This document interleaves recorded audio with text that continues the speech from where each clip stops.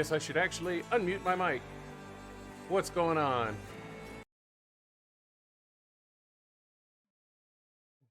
Getting my windows put back where they're supposed to go now that I'm actually streaming here. Perfect. All right, so I got this brand new game here.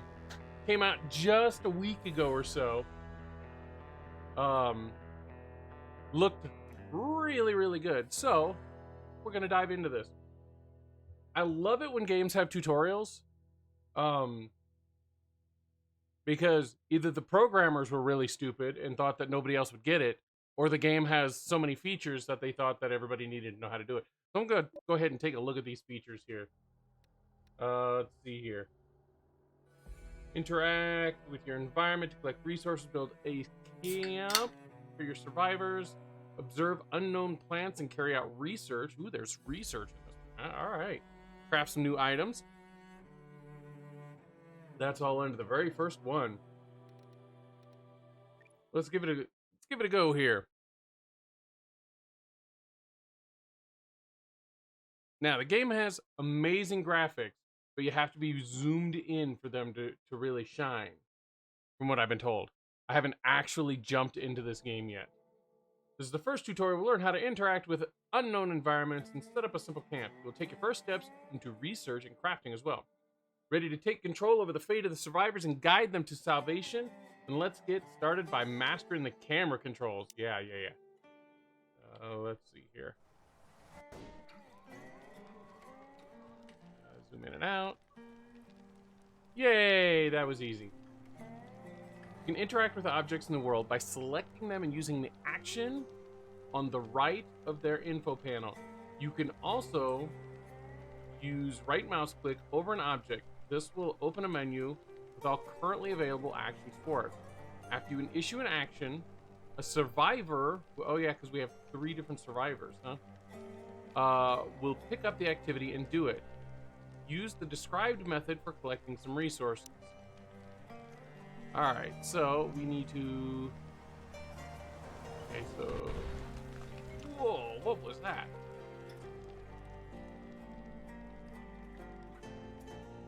I swear I've seen an actor just like this guy. Can't think of his name. Anyways. Let's see here. We're gonna do scavenge. You wouldn't let me do the right click, so don't know what's up with that yet. Mark a bush for cutting. Over here. Okay, so the right click worked on this one. So we will... this is flashing over here, so evidently they want us to cut this broadleaf bush down. Alright. Pause the game. Use the HUD button in the upper left-hand corner or the space. Alright, yeah, we're paused. Use the plus and minus keys to get time. Nice. And lots of hammering or something going on over here. Oh, you're spilling everything out. Hopefully this stuff doesn't despawn. Evidently, he just has to hit that one spot on the ship. All right, activate the resource bar. You can see all your resources that you have collected in the resource bar. Activate it from the resource overlay at the right. Overlays allow you to customize the UI. Ah, okay. Building a camp is where your survivors can sleep and work in relative protection. That doesn't look like that's protection. That's, I mean, it's covered. So as long as the rain doesn't come in from this side, I mean, look, it's not even protecting from the sun. All right, anyway, so building the camp. Yeah. Use the already collected resources to construct a shelter, some simple sleeping spots, and a campfire, which provide light during the dark hours and heat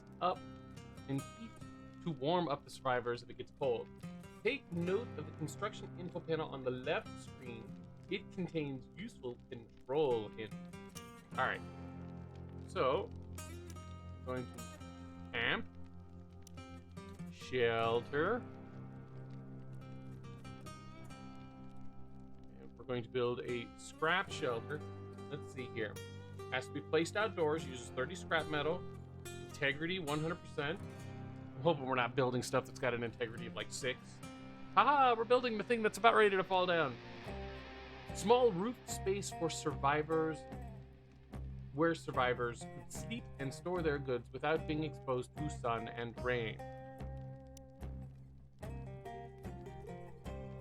Alrighty. Place with the left click, right click to cancel, rotate, use R and T.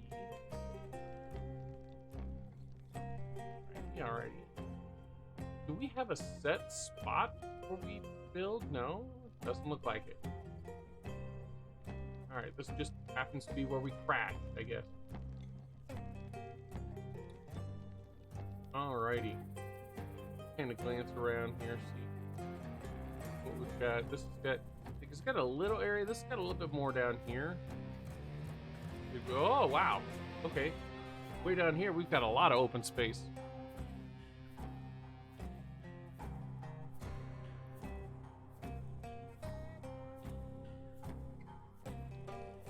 So I don't know if we want to build far away from the pod. I don't know what we're going to use this for yet. It looks like there's lots of crashed stuff all over this planet here. No, hold on, guys.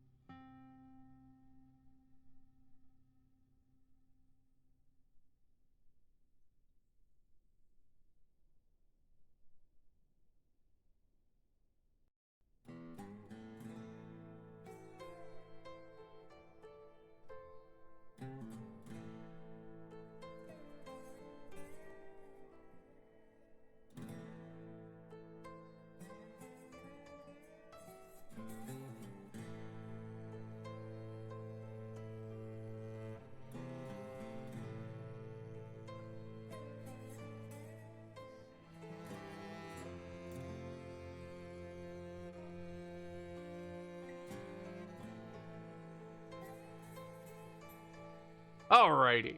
Whew. So, I don't know.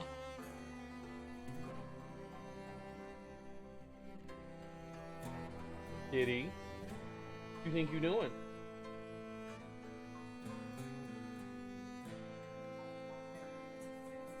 You stay out of my treat bag. Okay, so do we want to build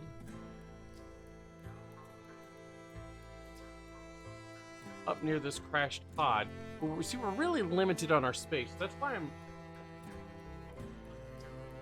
But I also don't know how far they're willing to, like, travel. I mean, this has got a lot of open space over here.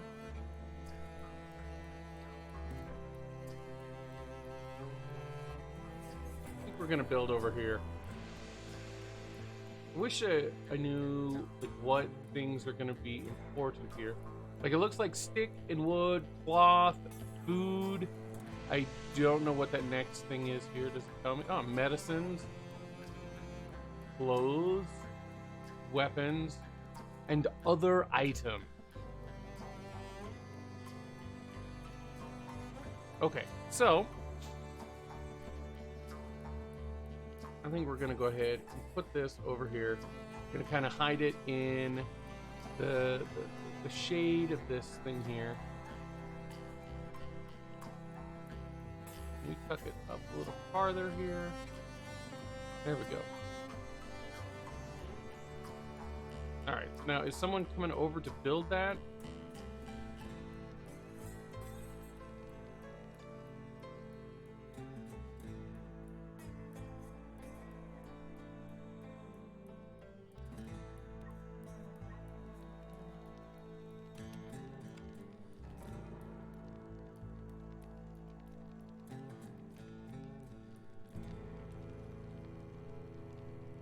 So he's best at combat and physical, healing and farming, construction and intellect. Can we assign him to this?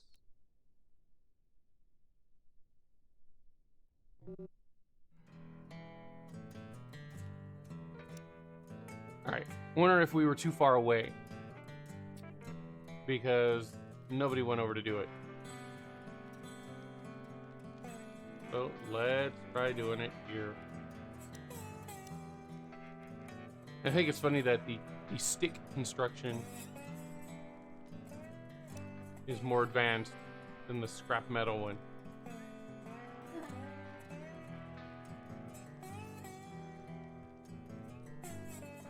Hey-oh! How's it going? How you doing today?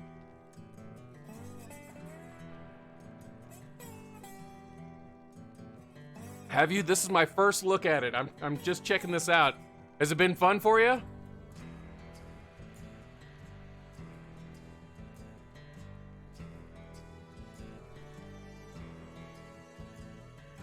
All right, so nobody has started moving over there. Construction is still on. How do you get them to go do it? We've got scrap metal here. Been fantastic, but damn, it is difficult. You need some key things to make your life through the first year. Yeah. How do you get him to go build?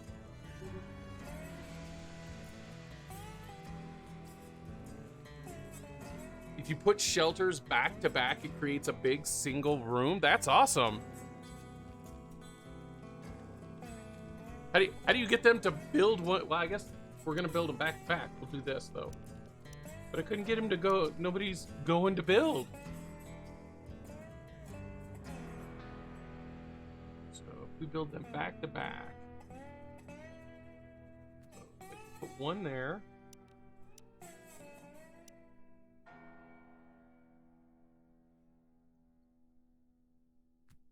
One there. Oh, nice. That's really cool. Who to manage. Aha!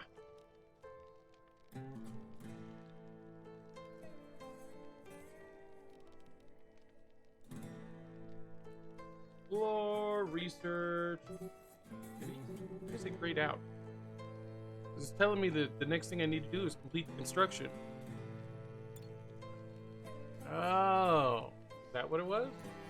Oh, look at that. They're doing it all on their own. That would be it.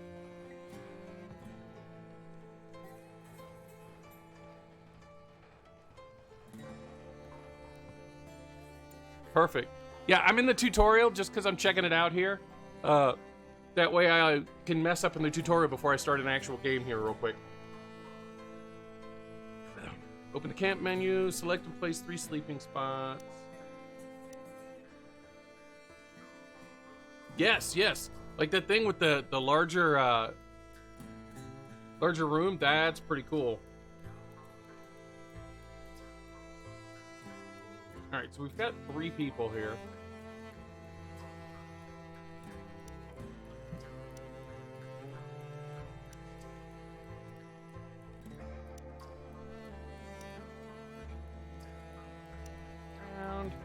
Gonna give them each a little bit of room here.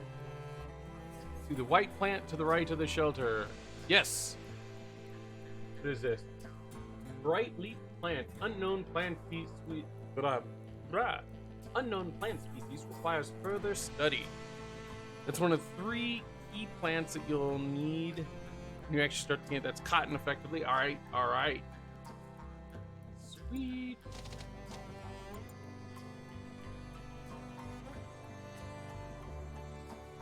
What are we missing? Ah, okay. He's coming to build it.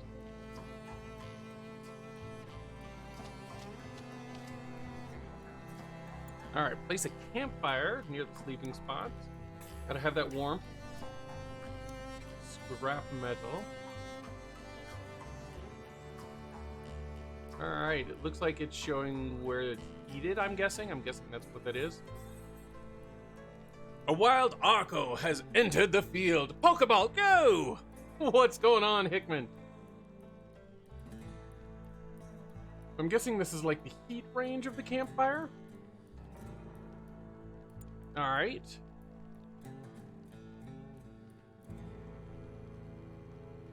Speed this up here a little bit more.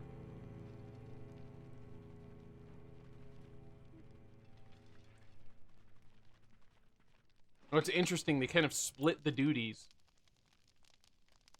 All right. Keep your resources close to the camp. Will speed up for the construction product. Simplest form is a stockpile, which is designated spot on the ground. It does not require any building resource. Stockpiles are usually the ones that can store... Stockpiles are the only ones that can store large construction materials, such as wood and stone, but for now you use them for all of your possessions, big or small. Pick those up. I used more sugar. Now take off your clothes and use this sword. There's one that's a tall leafy plant that's effectively wheat. The third is a patch of red melons. The grains and melons are among the fastest growing, largest yield foods, and the cotton plant is important because you have to start crafting winter clothes almost immediately to get it done before winter. Oh, all right. Good tips. To protect your resource from the environment, place them under a roof. In this case, shelter. Can we move these?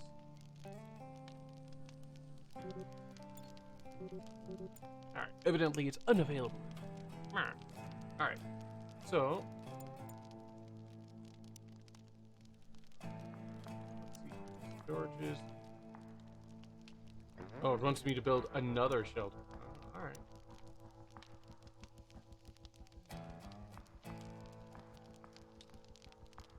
Oh, wow. It totally makes them connected from any sides. Dude, that's amazing. All right, let's let them build this.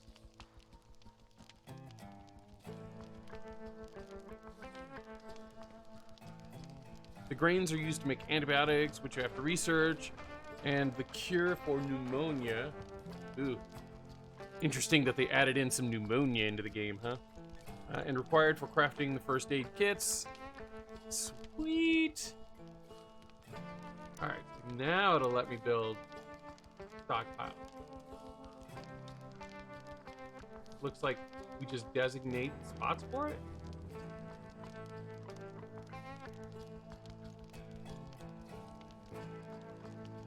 Place a stockpile of 2 tiles on one side under the roof. The melons can be pickled, so super long storage life.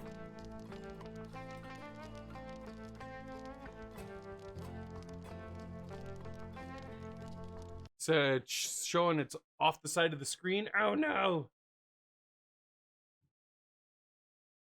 Get this pulled over here and see what we've got. Oh yeah, it's totally like cutting it off right here. Okay, let's fix that here real quick. This is what happens when I don't have a Hickman here to assist me in the beginning. All right, there we go. Now it looks like it's got it all on there. Bring this back down, move this back over here.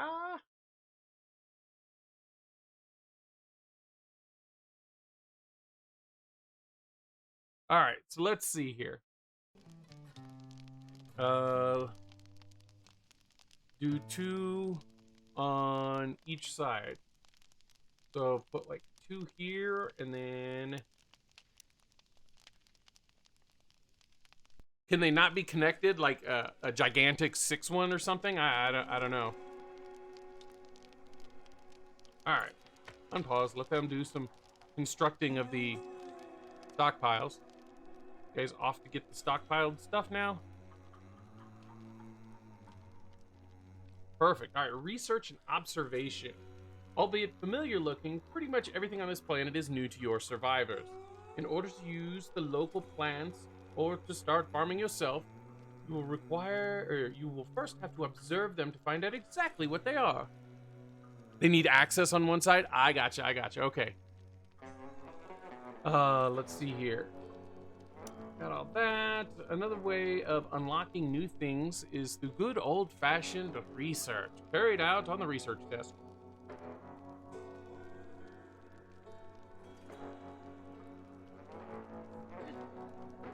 You need to wipe? No? Okay. Let's see here. Start preparing for unknown threats of this planet by gaining more knowledge about it. Okay, so select an orange mushroom. Is that a mushroom? That's not a mushroom.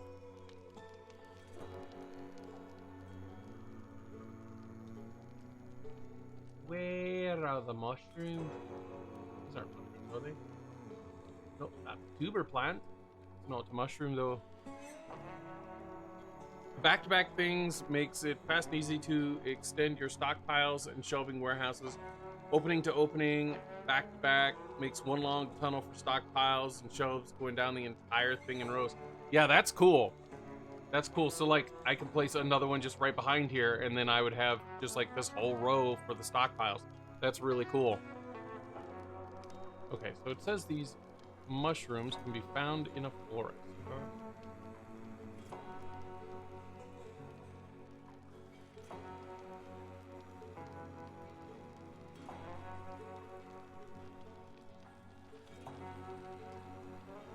I'm assuming here.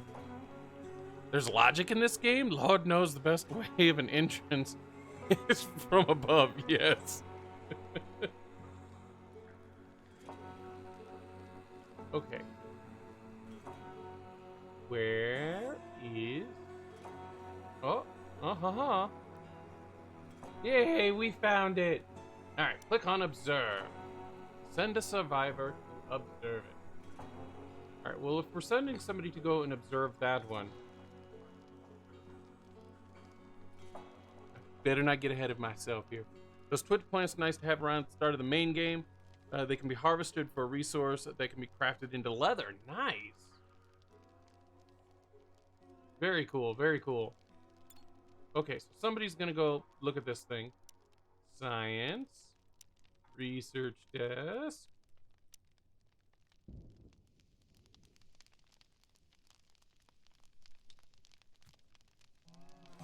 Throw it up on the side there.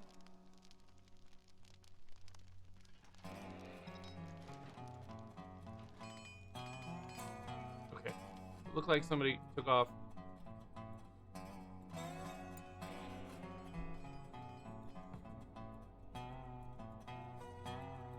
Literally, this person is just bending over and looking at it.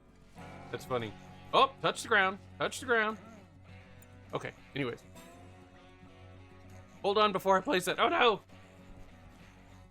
What's up? If you move that center bed to one side, you can place the reachers and keep your people dry. Oh, I gotcha, I gotcha. It looks like in the tutorial, it won't let me.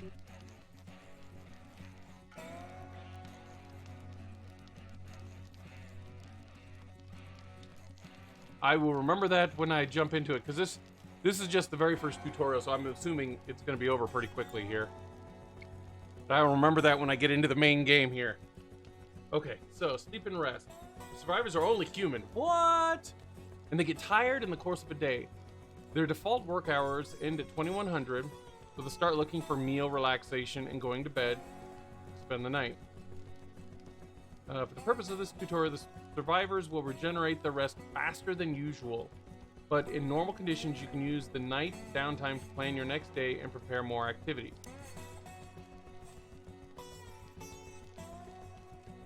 Is that?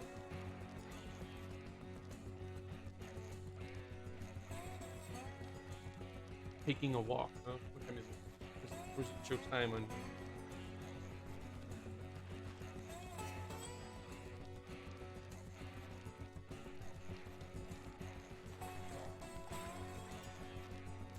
We're on the path.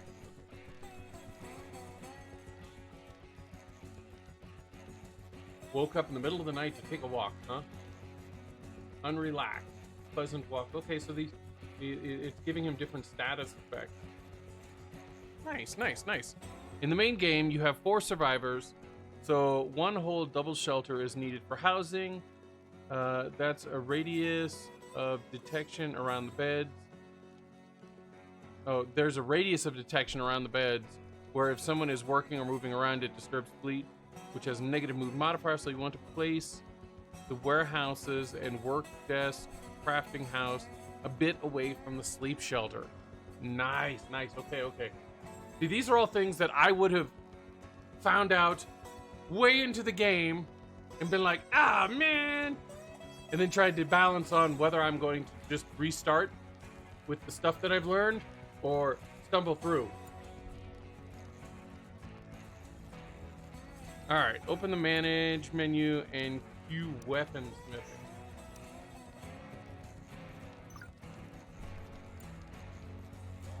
Three hours max, huh?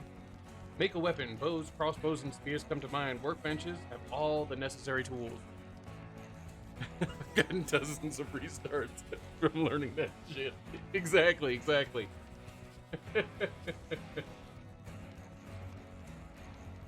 Are you okay? Do you have another question? Oh.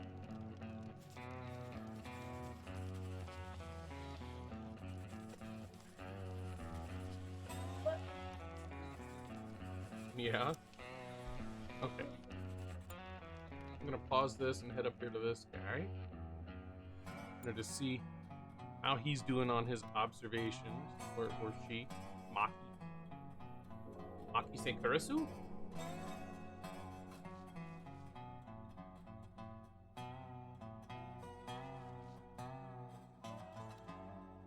What? Oh. What was that? Alright, so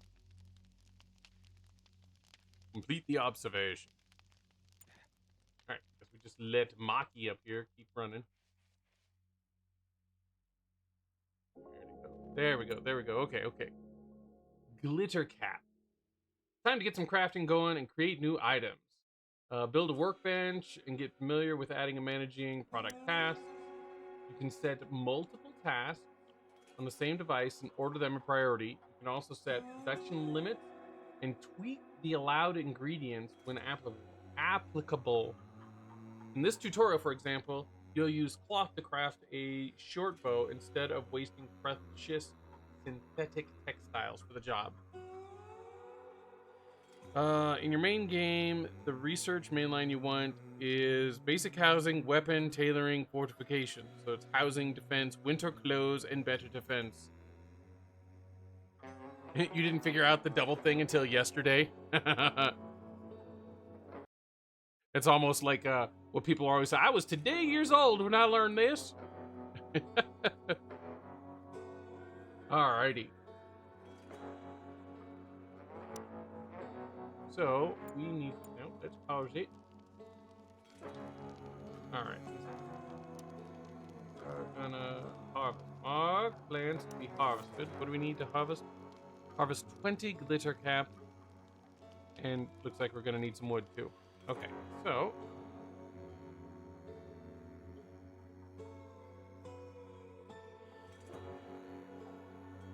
did that just mark it for harvesting? Yeah, go harvest all of that. And we're gonna need wood. So we're going to cut down a small broadleaf tree as well. I like this having multiple survivors. This is gonna make it really nice. Just gonna leave that on the ground. Not even gonna go put that back, huh? And what we have a stockpile for is all right. Build a workbench close to the shelters. Production, workbench, wooden workbench. Since we've already messed up once here, might as well not tell which way is which on this.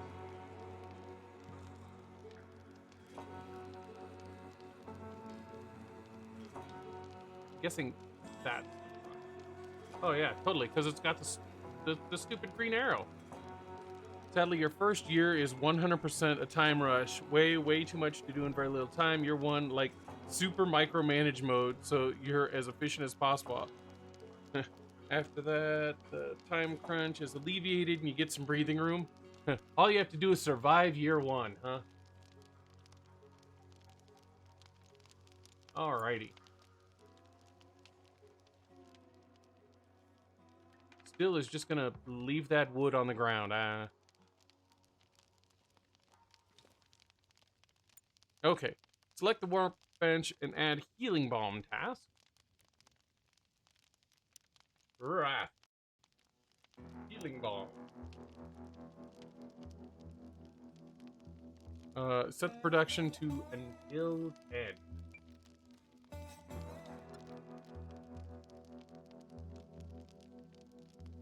Add a task, short bow.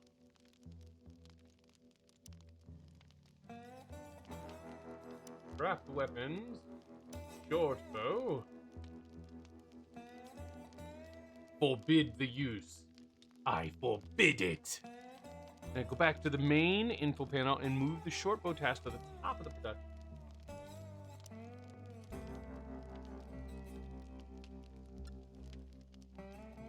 Not enough resource. Good job for completing the first tutorial. Go back to the main menu. I want to see what the other tutorials are going to be about here. Combat and healing. Teach you how to equip your survivors in combat. Heal injuries. Alright, let's do it. Let's do it. I don't know if we're going to have to do all of these or not. But definitely fighting and healing makes sense on an... Alright, so, bad news. The survivor Maki has gotten sick.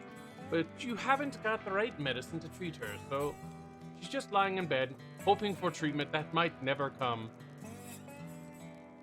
Top it off, a goose? What is a goose? I don't know what a goose is. Top it off, a group of hostile-looking insects have been circling the camp. They're all on bicycles. Have been circling the camp for a while. An attack is surely imminent. Let's deal with the combat situation first. Check the skills of all survivors to find the best one for the job. Then equip them with a weapon. Alright, pause. He's good. He's got combat 6. Alright, that's it. That's it. Connor. I swear he looks like an actor I've seen before, like play a dwarf or something.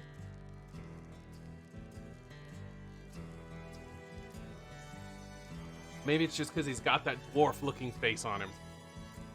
Alright, so. Skills and experience. Combat.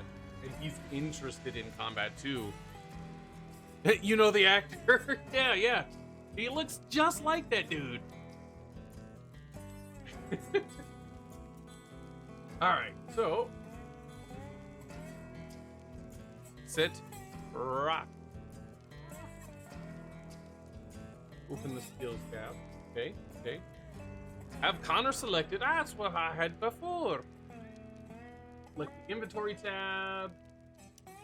And give him a spear. Good thing we made that.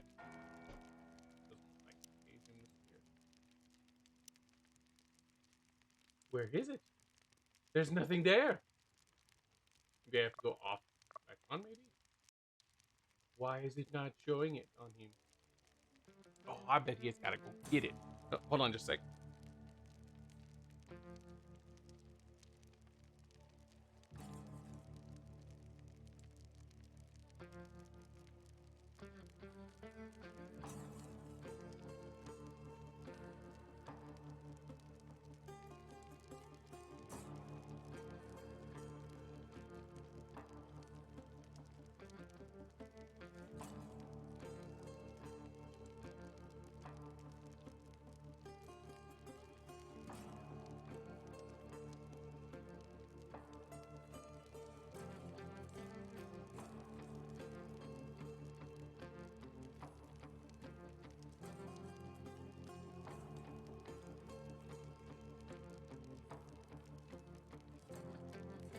want to know where.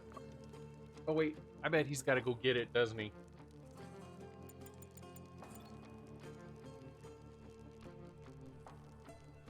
Argued with Raka about the precious cause. Oh yeah, see now he went and got it. God. By the way, if you see me pause, one of my kids is homeschooled, so sometimes I have to stop and answer a question. Get the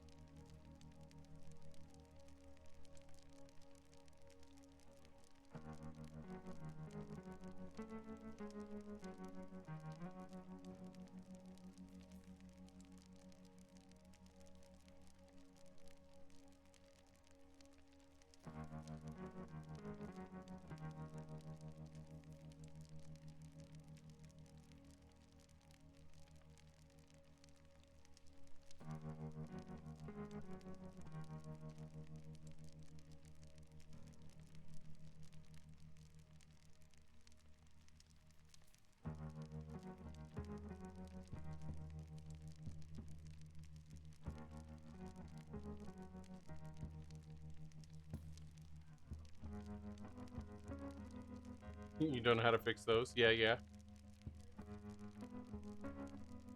Hickman says hi. It's probably still grayed out, but under manage, there's a schedule function. It'll be important for you to break up the workday, like a lunch break, backed by a relax hour. Their stress and repetitive work below our happiness, which causes mental breakdowns. They become uncontrollable and will do anything from crying to wandering to binge eating to attacking everything around them. Oh my gosh. So to me, Connor looks like Big Bob from Harold and Kumar, the second one. Let's get that pulled up here. Because it's going to drive me nuts till I can figure out who he is here.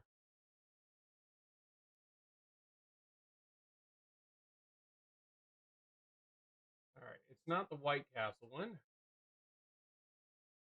That's the first one. Harold and Kumar escape Guantanamo Bay. Huh? Okay. So let's pull up the actors.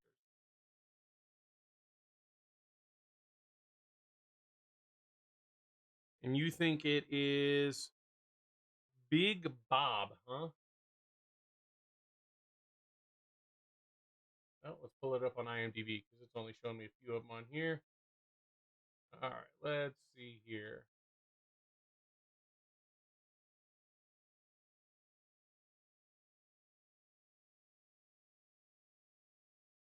Randall Reader?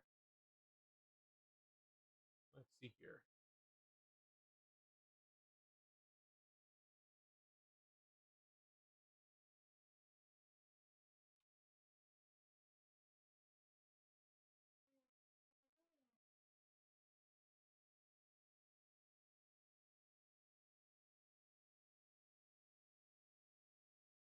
Yeah, he looks just like that guy. A little bit thinner maybe in the face, but you know.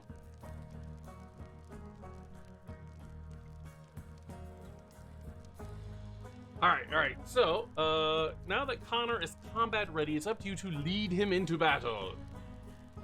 You do this by taking direct control over him through the draft action, which allows you to tell him where to go and what to attack.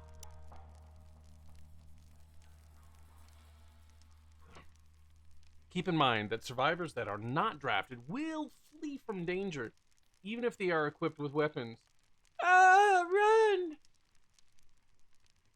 Hint, Connor is not combat ready. He was just combat interested.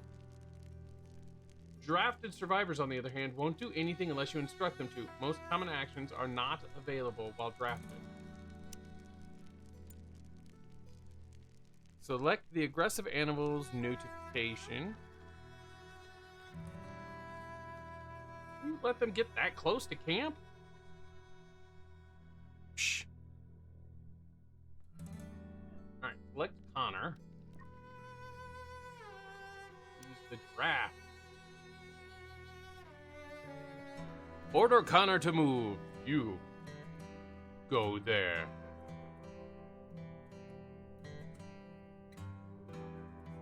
So it's telling him to move first. Was left click not the right thing to do? Aha! Right click! No one will be combat ready until the end of year 1. Maybe not even then because armor is a thing. Oh, I got you, I got you.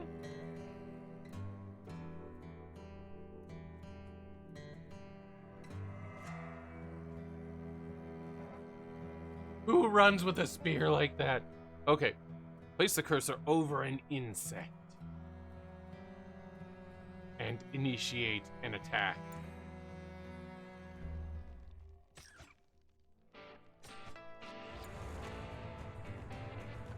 Can we select a whole bunch of them?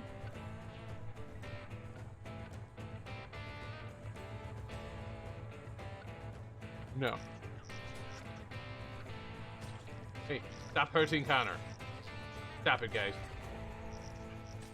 So will he continue to attack? Oh yeah, see, he's continuing. They spawn wherever they want. Effectively, it's very annoying. I had a bug attack immediately followed by an animal attack, followed by a second animal attack, fast enough that my guy never made it back to the show. Oh gosh. Yeah, because I could see that there's animal attacks and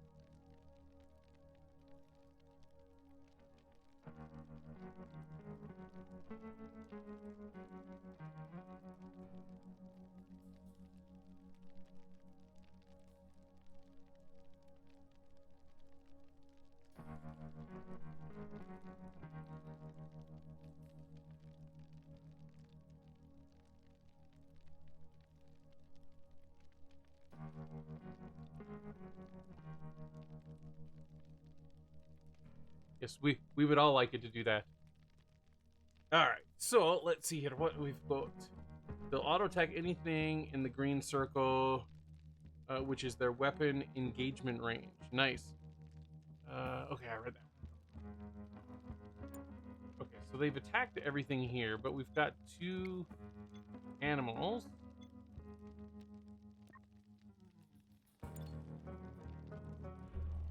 Got to get rid of the last of the insects. All right.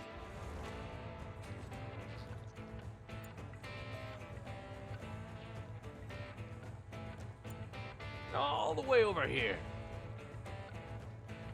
Oh no! A wild feline has appeared. It didn't appear, it deferred. Inspecting health. With danger out of the way, it's time to turn your attention to healing the sick and the injured. For the purposes of this tutorial, the fighter Connor has sustained more damage than he would normally have, causing him to lose consciousness from the pain and to faint. He will be rescued by another survivor and brought to the bed for treatment. Let's see here. They give you guys crossbows in the tutorial, which is more damaging weapon, but has like half the range of the short bow. I recommend keeping the short bow for all of year 1 in your main game, as you guys can get 2 to 3 attacks off with the bow, but only 1 with the crossbow range. I gotcha. That makes it sound a lot better than you. Let's see here. Oh, right. You're gonna be rescued. While Connor's being rescued, let's inspect his wounds to get more information out of the effect and treatment. Then get the sick Makai up from bed. Makai. The sick Maki up from bed to do the actual treatment. She has the highest healing skill. I love how he was just like, falls down.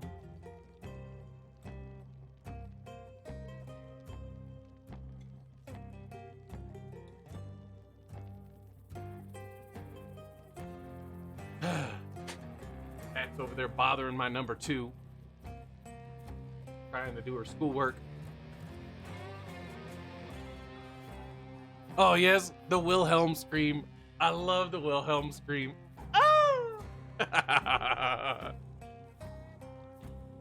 All right, inspect the injury medical.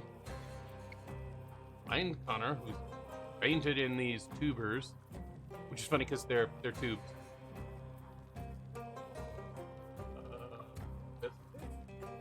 It is it is a painful injury, as opposed to the unpainful injuries that we sustain normally.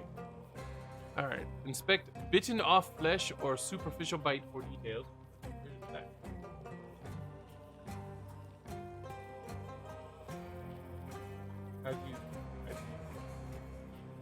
Here it is down here. You know, that's still the original sound pipe from the Scream, like back in the 1940s, that they still use, just remastered. Original voice, crazy. Oh, I know, and it's in everything. Like all of us, we watch movies every week as a family here.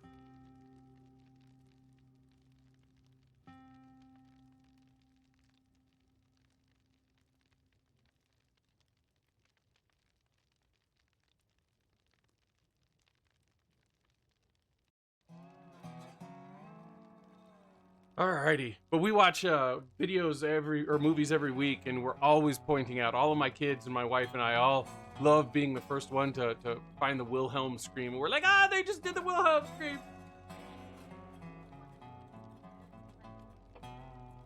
Yeah, and it's crazy because it was from the 1940s, the old black and white TV show or movie, and it is funny. Okay, inspect the injury medical emergency notification. Okay, so I did that. Inspect bitten off flesh or superficial bites for detail. Select Maki and use the wait for treatment action.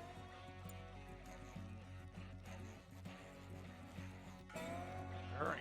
Can we double click to get to her? We can. Alright, so. Yeah, you're gonna have to just wait.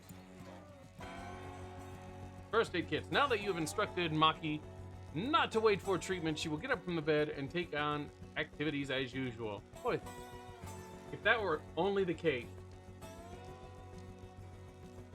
Do I need to put you out of the room, kitty? You are going crazy today. No, you're just going to lay there all nice and calm now? Okay. All right, while she's getting the needed medicines and treating Connor's injury, let's try to find a way to heal her too. You only have healing balm and bandages, which works for injuries, but can't do anything about illness. It would take time to research and produce new medicine, but let's hope that you find some first aid kit. It contains everything to treat almost every healing health condition. Now it's time to do some scavenging. Okay, so increase the game speed, pass time faster. Right. So mark the landing pod for scavenging. Acquire first aid kit. Scavenge landing pod.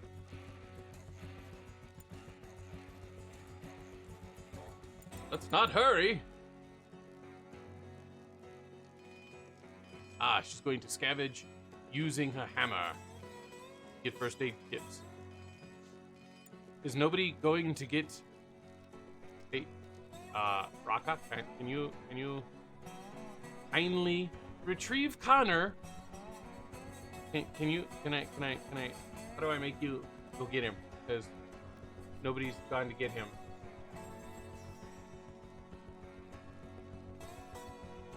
You're not gonna treat him out in the field, right? Like, somebody's gonna come get him.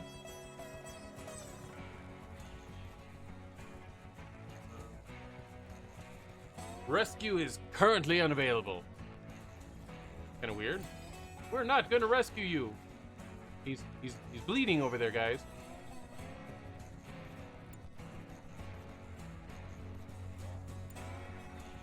The vultures are gathering. You're gathering around him, man. What are you doing? Alright, here I am, wandering around looking for Maki. Now she's gonna go rescue him.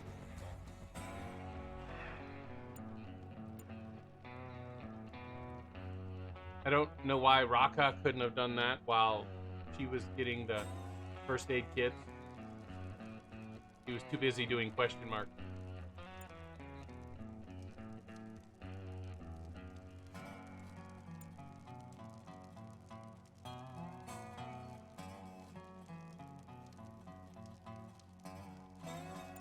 Okay, so she's treating each one of the things. Okay, here's a tip for the direction control combat thing.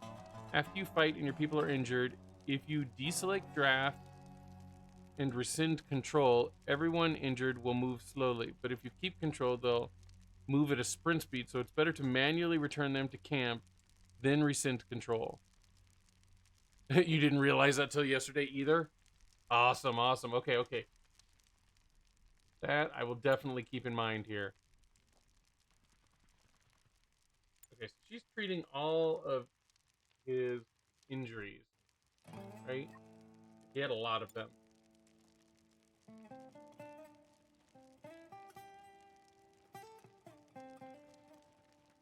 Two treated bites,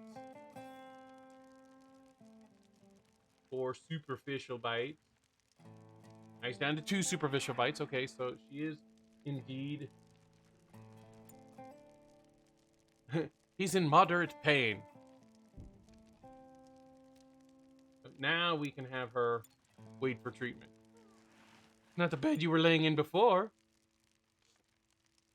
Wait until Maki is completely healed. She's got pneumonia, huh?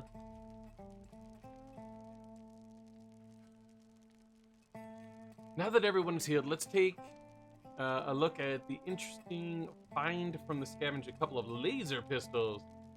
The spear you fought with previously is a melee weapon, and the fighter is bound to get some injuries as a result of close combat. A ranged weapon, on the other hand, allows you to keep your survivors at a distance and avoid injuries more easily. Survivors can equip both a melee and a ranged, and will switch between the two depending upon the distance to the target. Equip your newly found laser and give them a spin against more of the overgrown insects. Alright, so let's get back on him. Inventory. Ranged weapon. Laser pistol. Yes, go get your laser pistol. Select. Sending 2 people out with some guns. And pause. Give me just a second.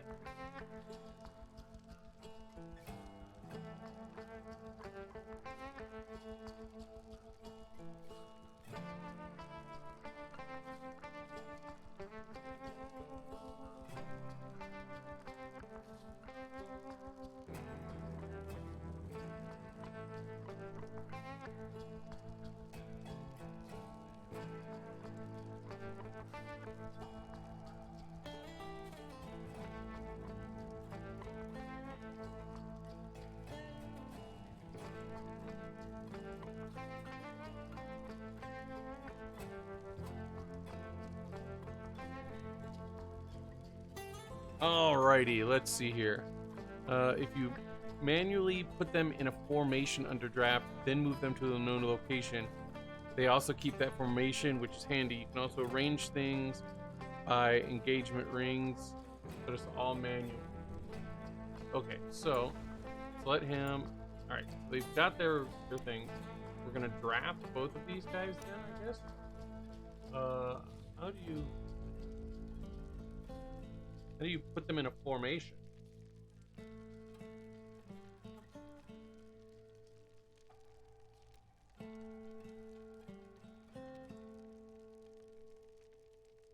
Selecting both of them.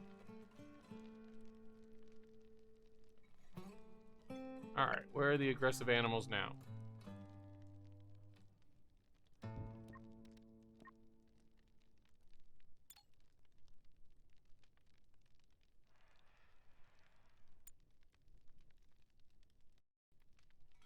Attack!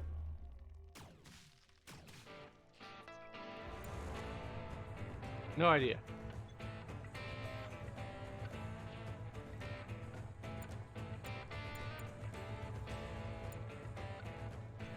Alright, where are the rest? Down this way. Everybody, attack! Speed up things again.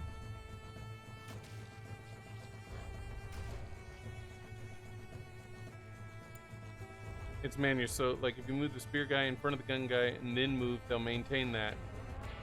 So you can have melee people protect the range, and the range won't swap to melee. Oh, nice, okay. So like if I have him move up next to this guy.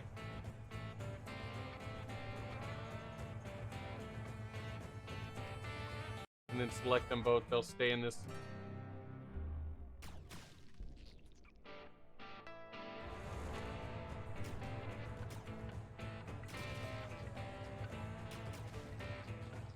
Nice, okay, okay. That's really useful to know. Well done. Alright. Do we need to do any of the rest of these? Survival management.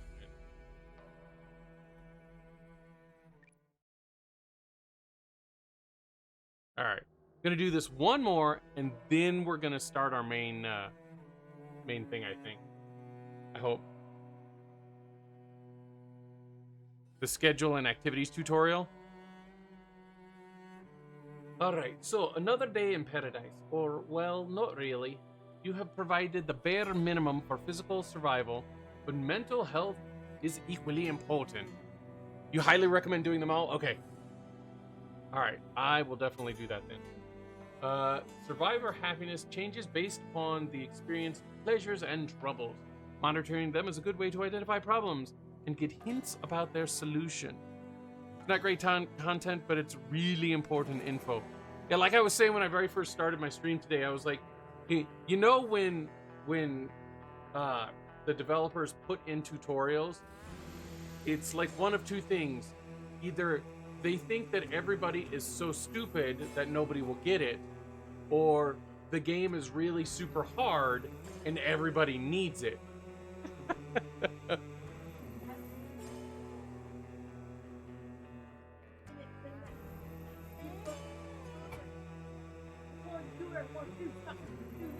Yes. Are you being the good cat now? Huh? Oh, great. You can be up on my lap too. You just can't be all hyper. Survivor happiness changed based. Oh, I read that. Even with how much the tutorial teaches you in this game, I don't think it's good enough. Yeah. All right. The current happiness of each survivor is visualized here on their pleasure troubles in the blue background of their portrait.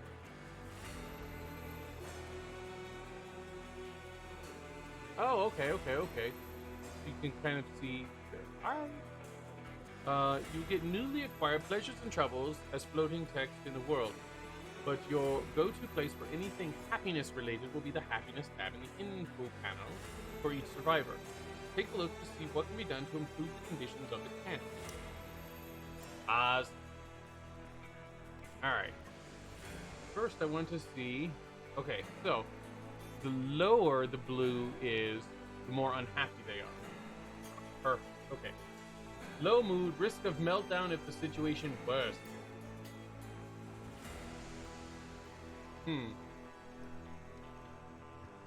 So I'm a little confused here. How is she at a 26% happiness if she's got a 68 for the positive, and 33 for the negative? How does that put her down at 26%? Anyways. So, insufficient food variety. Was intimidated by Connor. Perfect. Let's take Connor out and execute him. That will make Maki feel better. She's had 3 disturbed fleets, and she ate while walking around. So we could build a table.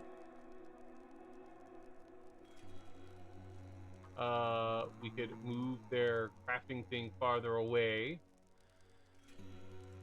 And we could somehow find some more food, I guess. Oh my gosh, dude. I have 5 accounts on EVE Online. The gigantic space game.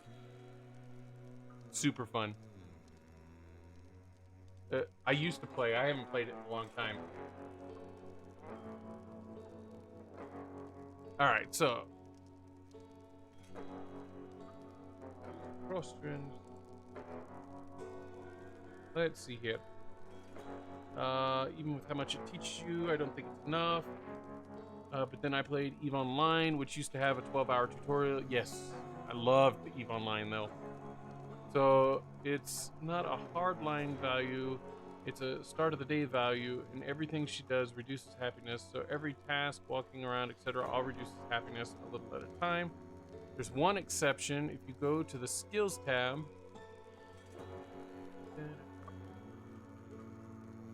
there might be a skill listed as interested. If she performs this skill, she will actually gain.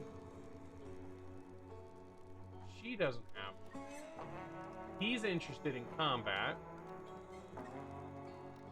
And he's interested in both crafting and construction. He'll be easy to keep busy. First, she doesn't have anything in here. So, we're going to build the... Oh, I guess that's part of the eating accommodations thing over here. Alright, so we're going to build a large table. Alright. Near a shelter, huh?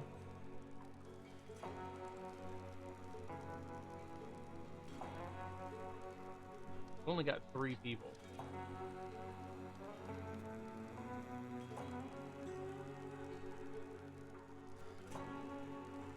Really? Only 1 chair? How do I get more chairs?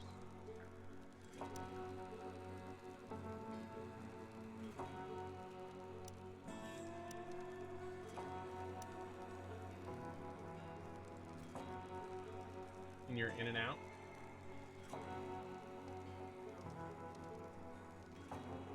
Alright, so let's let them start. Oh, I should have had him doing it. Okay. So cooking. Now the survivor has a place to eat, but the available emergency reactions. Okay, man. Gonna leave a lurk while I get some sleep in. I will see you tomorrow for some WoW. You want to do it in the morning or at night? Yes. I won't be able to do it at night because I'll be going to gaming unless it's really late at night. Because I won't get home until like 10:30 p.m. or so, which is like 9:30 p.m. your time. But we could do it on my stream tomorrow if you wanted. And just do some WoW tomorrow for my stream.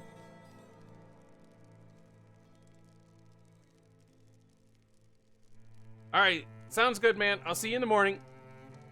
All right, so if you hold shift when you place something to be constructed, it keeps the object for additional placements. Oh, okay, perfect. Now that survivors have a place to eat, but available emergency rations are not exactly appetizing and won't make anyone happier. Luckily, there's this thing called cooking that can help with that. Oh, crap. You got hair all over me again. I'm gonna lint roll. I'm just gonna lint roll your whole body till you have no fur left.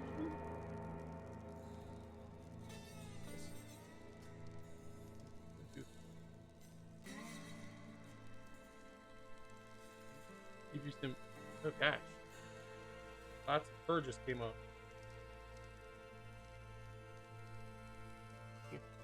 Come over this way. All right. Keep in mind that emergency rations in their original state will last for a very long time, and it's a good idea to save them as a last resort meal and cook them only if nothing else is available. Okay? Select the stockpile and inspect the emergency rations. Hey, emergency rations. Will be nice.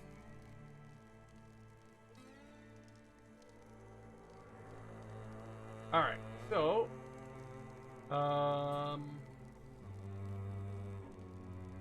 use the quick recipes action. Notice how the recipe lists a happiness effect of +6.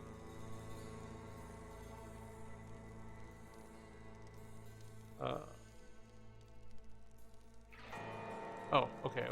We have to do that from the campfire. Quick recipes. Cooked emergency. Quickly boil an emergency ration. That does not sound appetizing at all. That does not sound appetizing.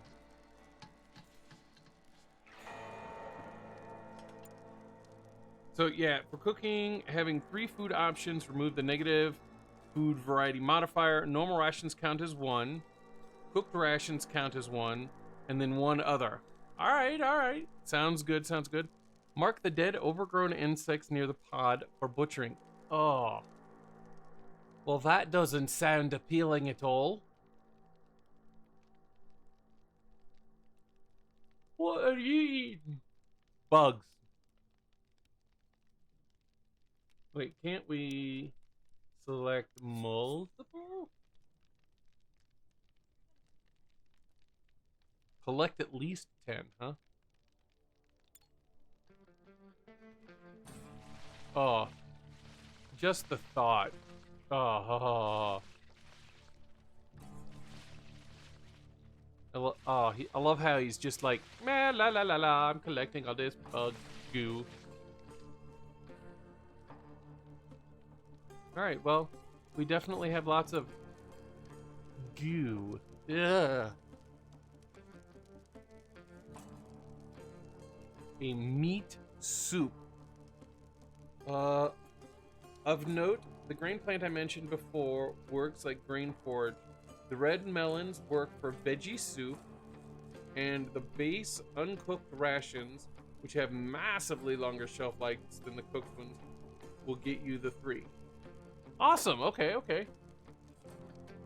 right. So, quick recipe: boil a quick meat.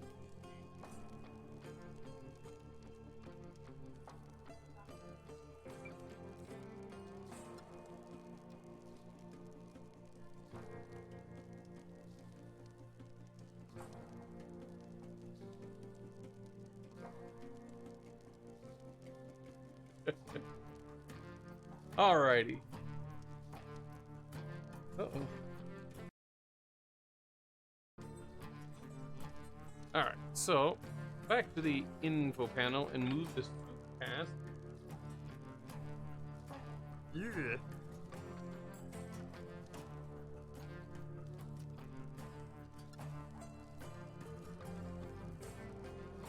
Allowed food. Your survivors will only want to have some food variety, so they will look for different things to eat, including raw food. Some of those raw foods could be harmful, so if you want to be on the safe side, you can forbid their consumption. Stop trying to eat the raw bugs. We do not want you to eat them. This is not a good thing. Select a survivor and open the restrictions tab. What? You're saying it too quiet. I've never heard of it.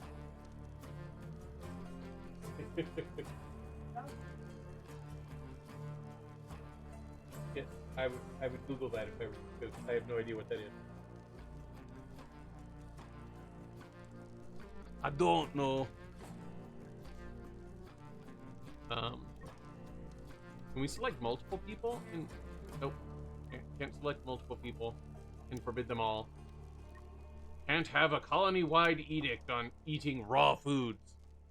This is pretty meta, but in your main game, if you click on Manage Research at the start, you can check your unique research options.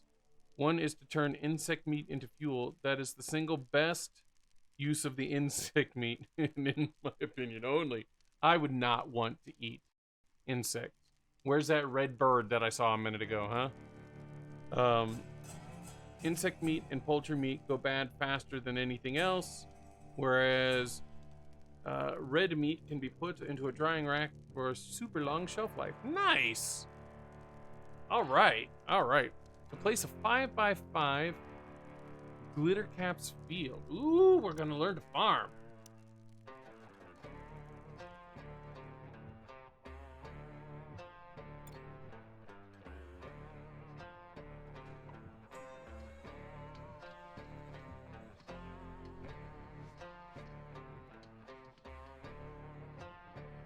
Alright.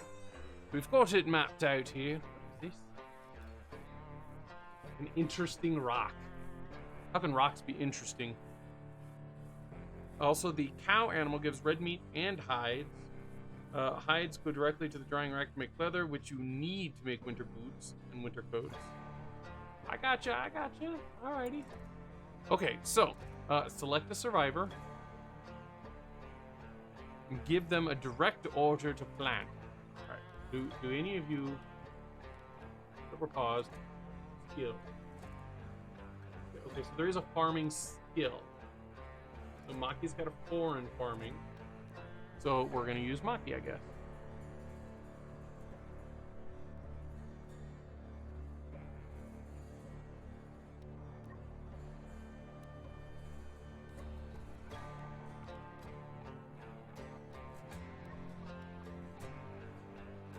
Let's see here. But survivors won't move hides inherently.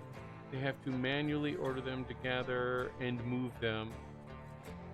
Alrighty, sounds good. Okay, so. That's right. Place the cursor over the field and use the right button.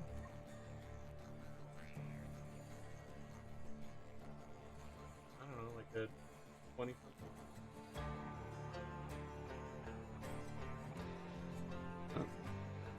I have no idea.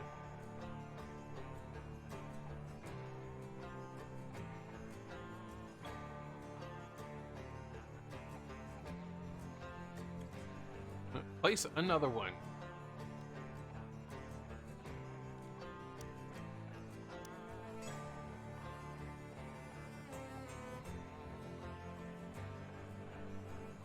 Don't know.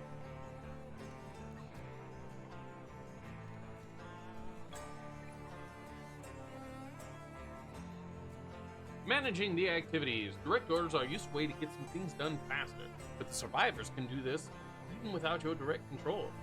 Enter the activities menu. There you can forbid and allow certain activities for each survivor to optimize their work. You can also turn off the simple priorities and assign a priority number from 1, highest, to 5, lowest, for each activity. Activities are then chosen and performed.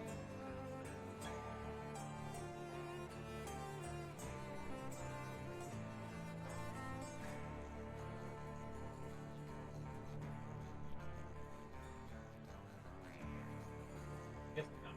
There should be a plug right on the top there. You wouldn't have to go around the back. Sapphire says there's a plug on the top. Yay! Okay.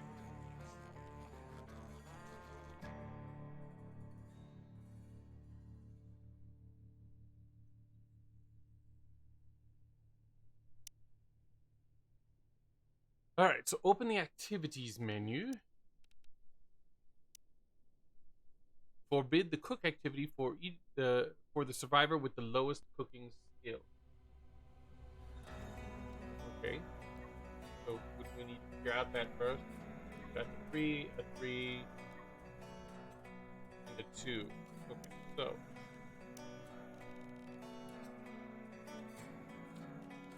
you do not get to cook. Oh, it totally has their skills listed right on here. Perfect. Oh, that makes that so much easier. Turn off simple priorities. Set the harvest and plant activities to 1 for the survivor with the highest farming skill.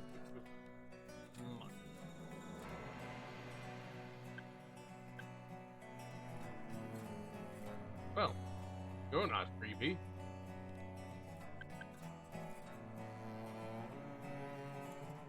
Providing relaxation. Closely related to happiness is relaxation that the survivors experience or don't. You can monitor that. Get out. Go on.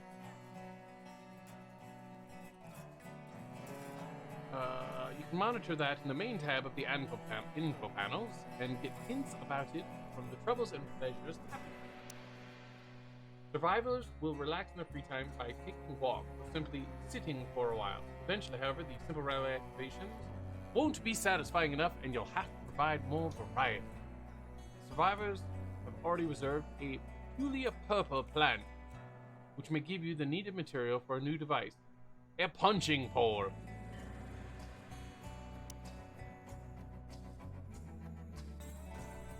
Harvest at least 20 skin bark. So, do we know what it is?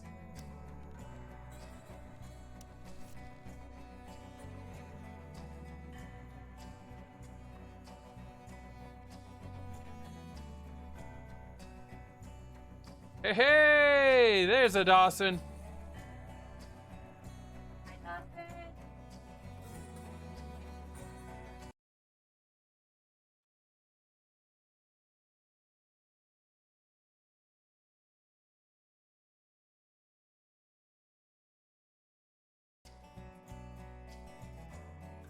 All right, so we're going to start our harvesting. These are really nice.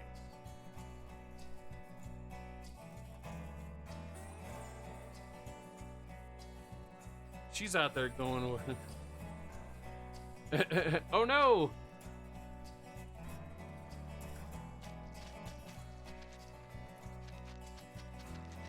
Maki's over here. I love how they harvest the stuff, and then wait, you stopped. Are you hanging out in the miasma? Thought I told you to harvest these two as well. Somebody go do it.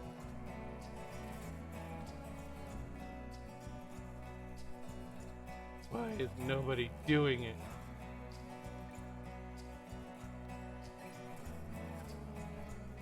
Oh, it's probably because it's nighttime. Everybody's trying to sleep. Eh? Yes, yes.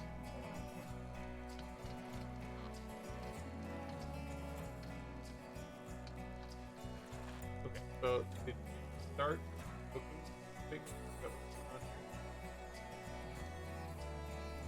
Okay, so it's gonna always keep 2 meat in stock. I gotcha.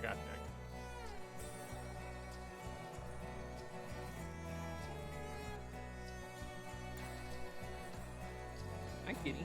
Some this house? Yeah, good girl. Alright. They're all asleep right now, but it looks like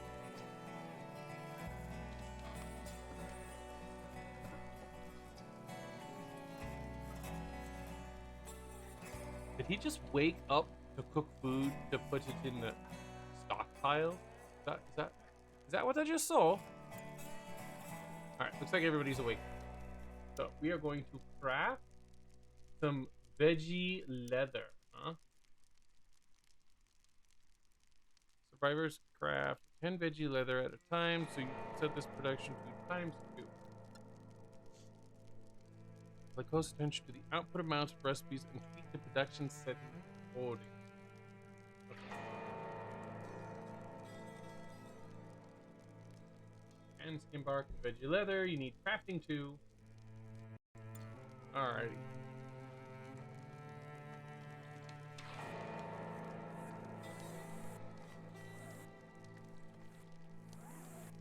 Although we should have had Raka do it because he is interested in crafting.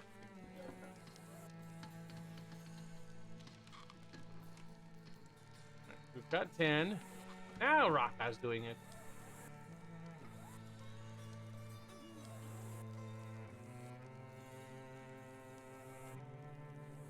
So this average growth. Perfect. Okay. Relaxation. Build a punching pole close to the shelter.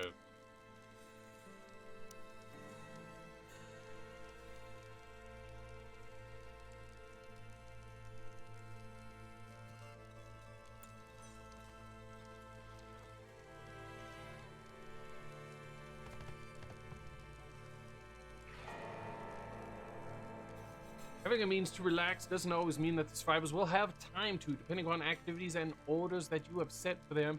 Oh, your nose is full, cat. We only have the time to grab a bite to go to sleep. This is where the schedule menu comes into play. There you can customize the daily timetable for every survivor and allocate dedicated relaxation hours if you see the need. Don't be afraid to experiment with different combinations to find the one that works best for your current situation. Alright, well, we're going to pause this for a second. Look in here at the schedule. So they can do anything they want. 2100. Okay. Excuse me. Alright, so select and mark 2 hours of choice for each survivor.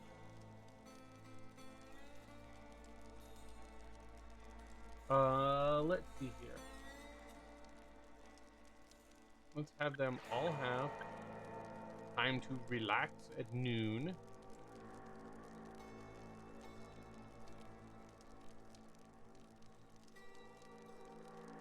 And then take a... Now that you know how to monitor happiness and provide solutions to their troubles, getting used to the schedule and activities menu will be a great help for you to manage workflow and get things done the way you want to. You can expand your knowledge of the game even further by continuing with the defenses tutorial. Yes, let's go ahead and do it. Whew. Cat, why are you shedding so much? Like, I pet you like this, and then all I have is fur that just drips off of... Licking my hand isn't going to make it any happier for me. Anyways, the more you expand your base and progress in the game, the more the local fauna will take an interest in you.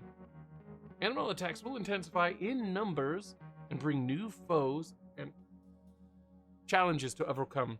Welcome back, by the way. Let's see here. The hides thing was something that I didn't figure out until the last couple days. I failed winter a few times because my guys didn't have boots and coats. Crazy. It's time to fortify your base and take control over the flow of battle by guiding your enemies into the routes and traps you have prepared for them. Time to build a maze. We'll all be gladers. Now, this tutorial will give you an example of base defense, but don't be shy to experiment with your own layouts afterwards. Alright. Place the last stretch of 5 stone fence tiles. Defense. Fence. Stone.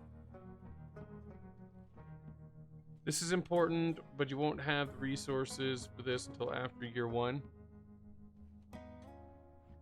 Oh, the defense stuff? Place a fence gate on the stone fence.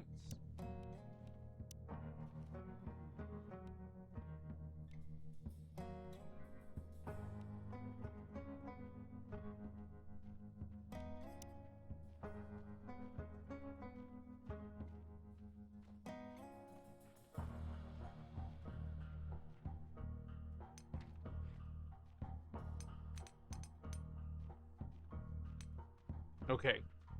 Fencing off the base. You can increase the game speed to pass. Yes. We're all about increasing the speed.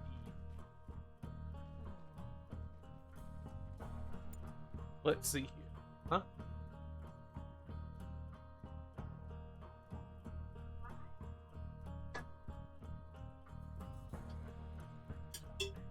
That's because it's releasing adrenaline into your system.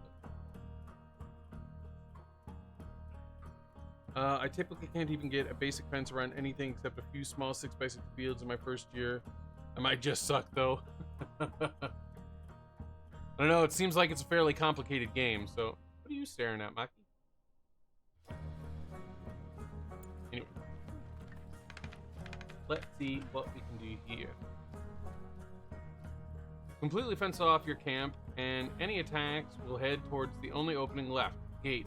You can order survivors to close and open them in order to influence the path the attackers will take. But keep in mind that if there are no entrances of it, they will target walls and gates, trying to make their way in. Typically, I do 4 fields in 6x6 the first year. I'll start with 1 of grains, 1 of melons, and 2 of cotton. After first harvest, I'll swap 1 of the cotton ones to either grain or melons. Yeah, because you need all that extra stuff for the textiles for making some winter clothes. Oh.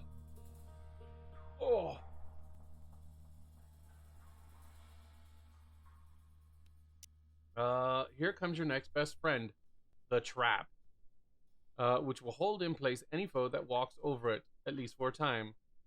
One of the gates leading to your base is already protected by traps. Do the same to the other. In addition, you can place fence doors, which survivors will open and close when passing through them. That way, they can move in and out of the base, even if the big gates are closed. Place 6 traps near the fence.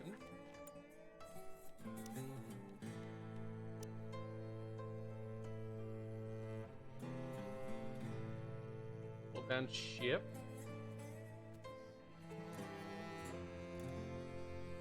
Too far? How is that? Let me see. Did you get all your homework done already?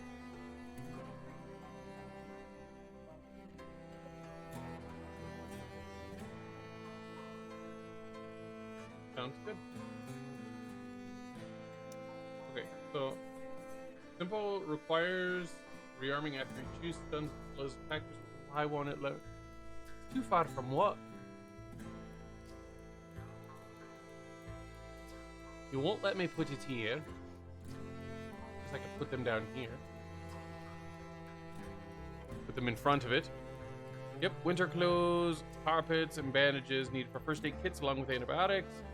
You have to cover your floors or they will get a mood penalty called Cave Dweller, -5. And it can tick multiple times a day. Ugh.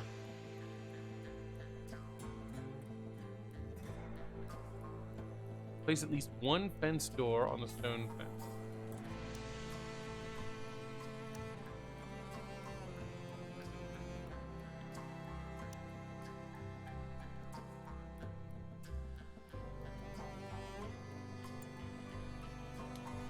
Everybody get to building.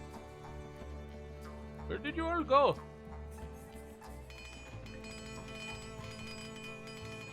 good to see they don't set off the traps. Probably noticed that part of the fence is taller. This is a fortification, which allows for a stronger, which is a lot stronger than a simple low fence, but the survivors won't be able to shoot over it. To rectify that, you can place towers on which the survivors can climb and shoot over their taller walls. Select a wooden fortification and check it for integrity. 250 out of 250, okay. Do the same for a stone fence. 50 out of 50. Hard to believe that the wooden one has better integrity than the stone fence, but okay. Build a wooden tower along the wooden fortifications. Wooden tower.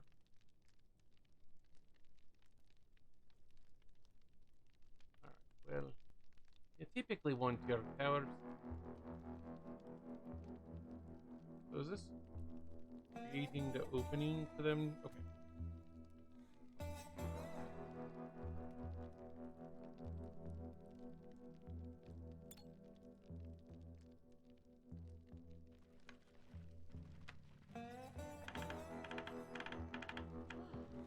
Well, how the other two just showed up. The last piece of adventure you'll get acquainted with this time is the flamethrower.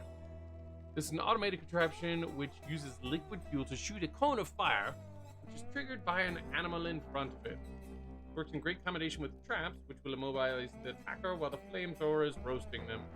Take a look at how the existing flamethrower is placed near the wooden gate and build another one near the fence gate. Keep in mind that the flame could harm survivors as well, but keep them out of the way during combat. Normally, the flamethrowers won't get triggered by survivors, so they'll be safe for the rest of the time. Right. Defense. Flamethrower.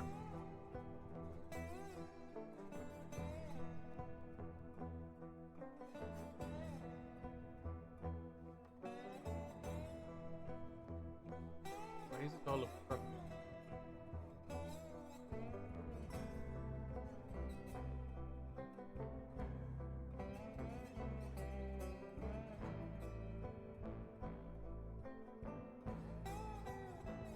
What? Build a flamethrower near the fence gate.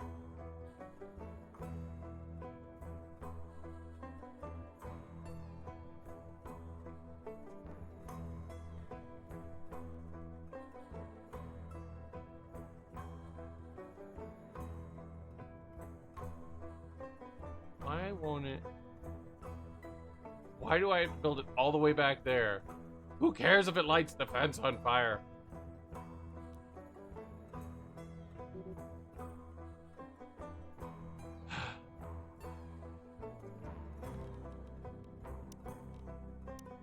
But I want to put it down.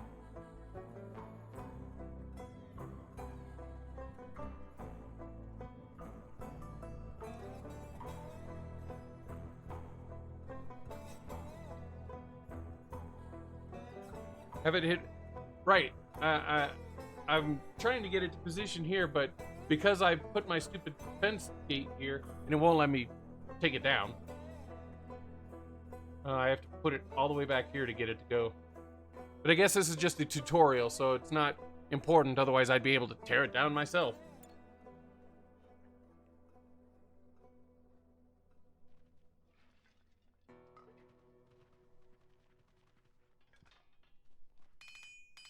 Build us a flamethrower. Yes, yes, yes. All right. Time to test your defenses. Follow the next step to fight off the incoming Scarabi attack. It's bug. The bug. Big scarab. Move and reposition your survivors as needed in the course of the battle to keep them safe from harm.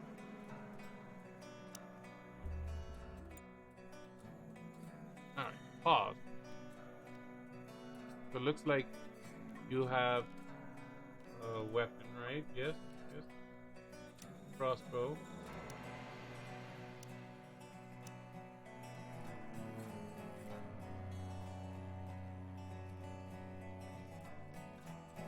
Alright, so how do we load? It's not available for a right click action. Okay.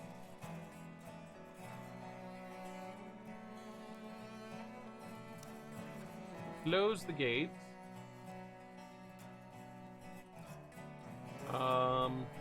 Then we have to wait until they're closed.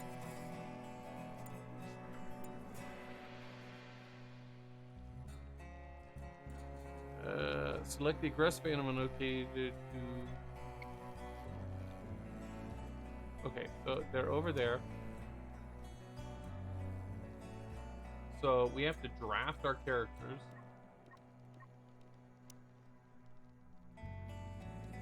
Maki, since she's got a crossbow, climb up onto there.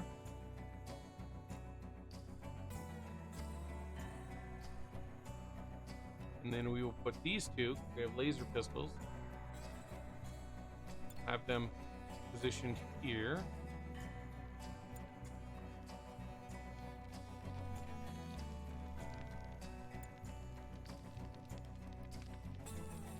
You guys going to attack?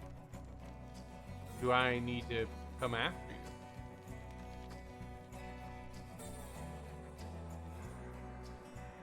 Alright, so let's grab Honor then.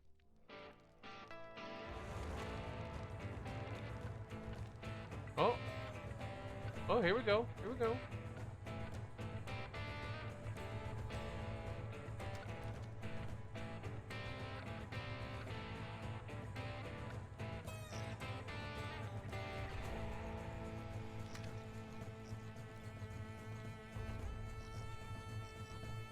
We're gonna have him open this one up.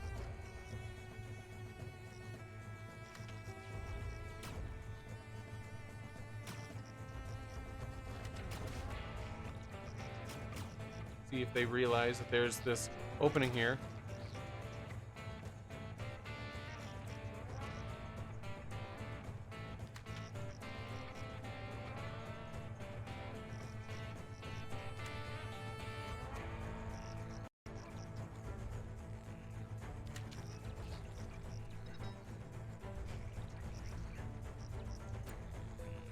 Alright, Maki has fallen down.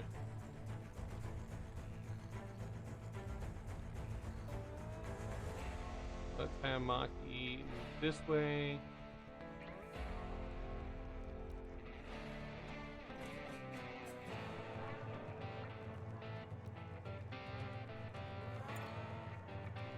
Position all these guys over here. Why is Maki not moving?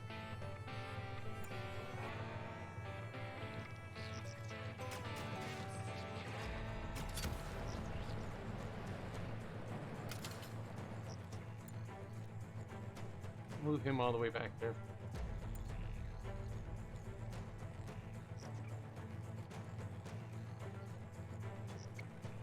This one's hiding. Here? Hang out over there. Oh, right next to the bug. Really?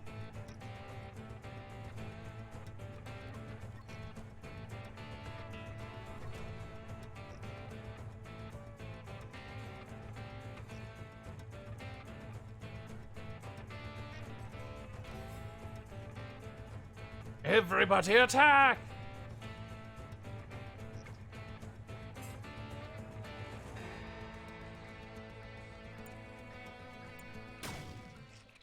And dead. Good job. You ready for a tougher challenge? The Shriekers. These attacks have a ranged attack, so we won't be able to deploy the same strategy as the Scarabs. At least not unless you're willing to take some serious risks. To deal with this menace, keep your survivors away from the low fences and force the insects to enter your base and get trapped. Then rain fire down on them to finish them off. You're on your way home? Awesome, Dawson. Awesome, awesome. If you don't feel like them to get trapped, you can also deploy the hit and run technique by moving your survivors back and forth to attack and then run to safety before the insects get a chance to launch their counterattack.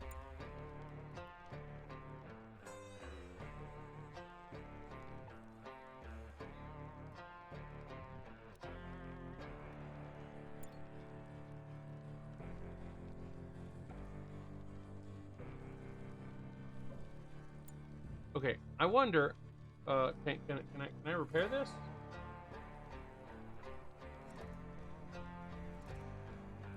How, or is it because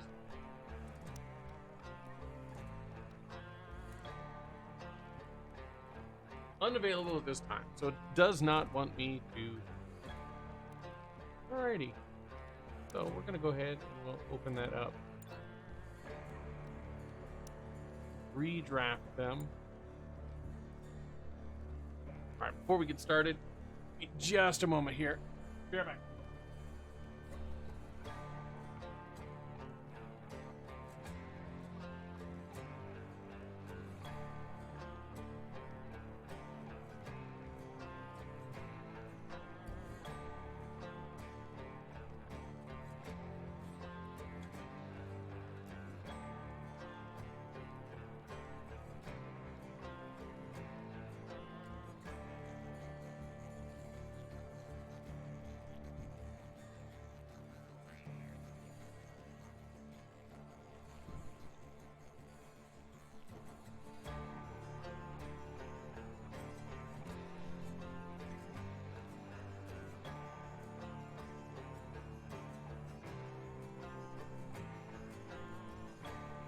Alrighty. Before we launch this attack, time to get to it.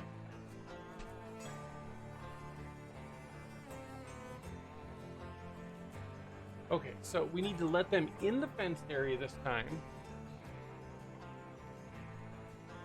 Let them get shish kebabbed. Shish kababy.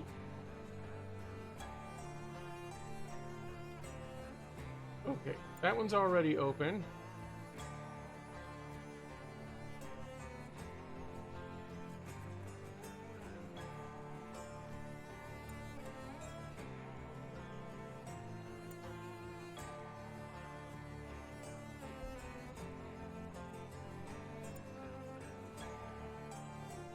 All right.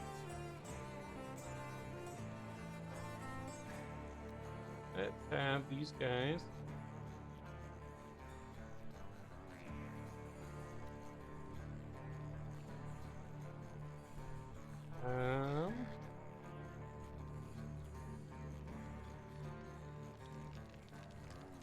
I actually know where they're coming from.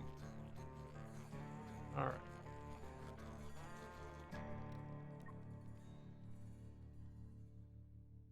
Have him come over here. Everybody, scatter!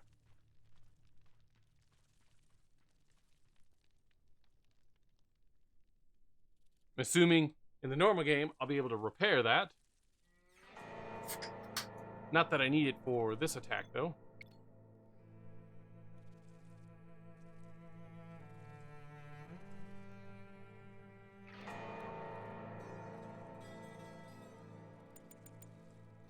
Speed up time here until they decide it's time to attack. I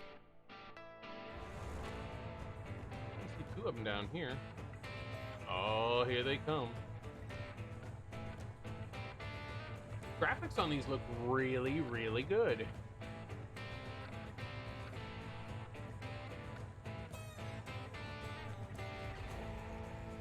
All right, so we've got 3 of them selected. Where's the third? Oh, way down. Okay. Okay, so Maki, they are not coming. Ew. Hey, they're coming.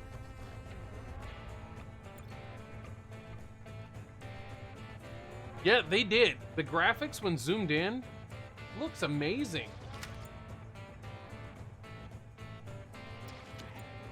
Oh God. Okay, don't have them that close.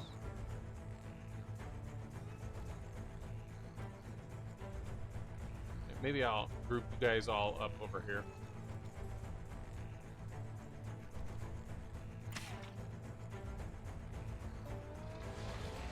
Yes. Yeah, I was really surprised with some of the graphics that they've got on here.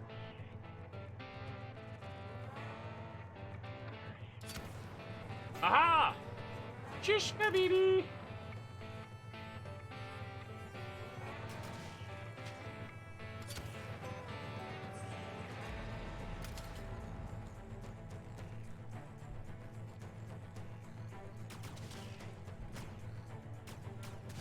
Kill it!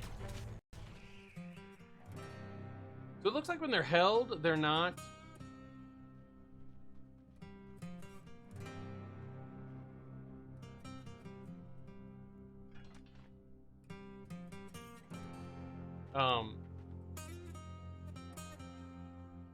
Weird, I can't arm it from under there.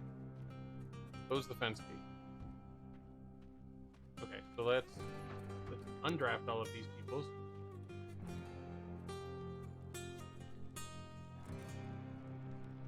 Somebody go close it.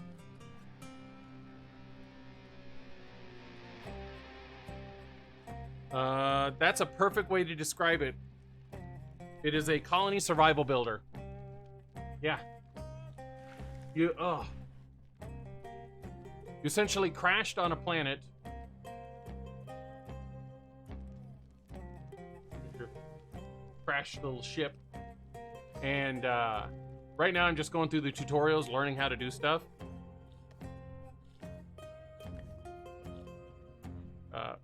I killed everybody. And I did have them all... What?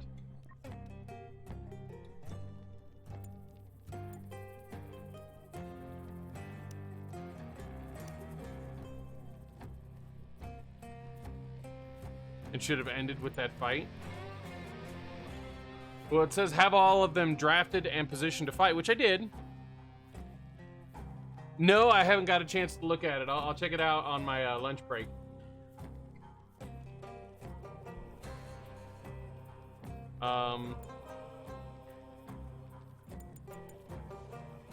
So can somebody go? Thank you.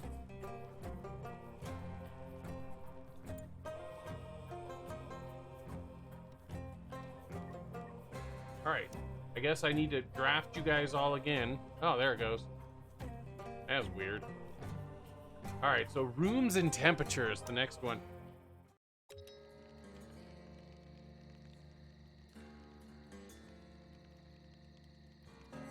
Okay, the life of the camp is not easily... Ooh, look at those buildings.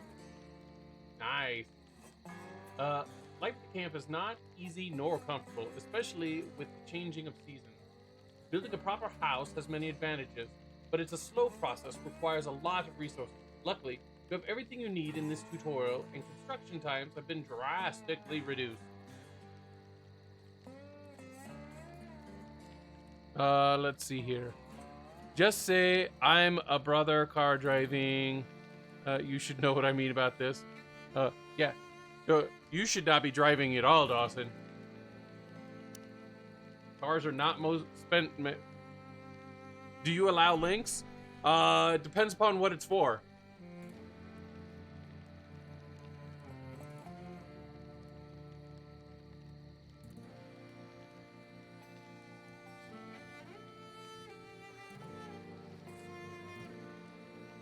Let's see here. There are several things to consider when building rooms, most important of which is the insulation and the size. Build it too big or too small or too flimsy, and regulating the temperature will be tricky.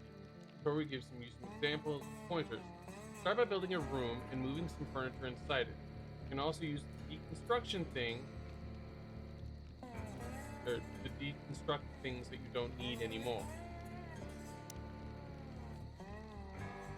We've got a link for a good building layout for this. Modular and expandable with built-in storage areas.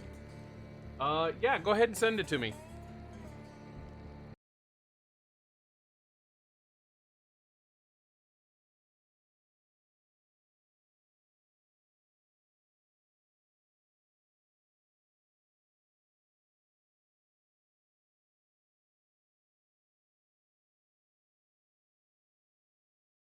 You could go ahead and post it in chat.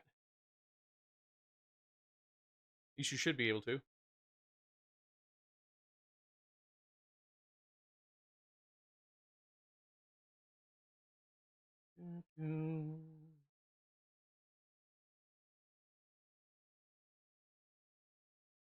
Use the provided foundation to build upon. Place the door and the windows. Alright, so send it to me in a private message, because it looks like the my mods have done their job for me and disabled things.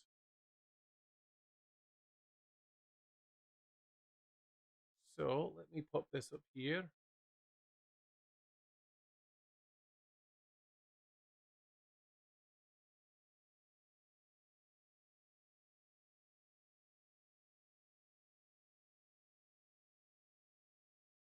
There we go.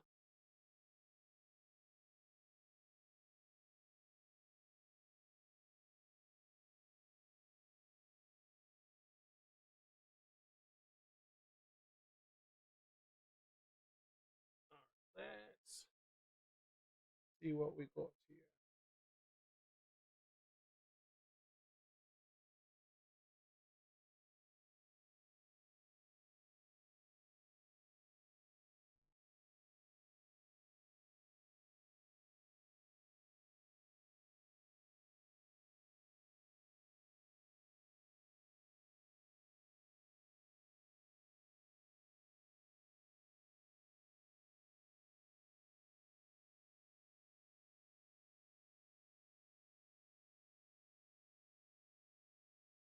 Nice, okay.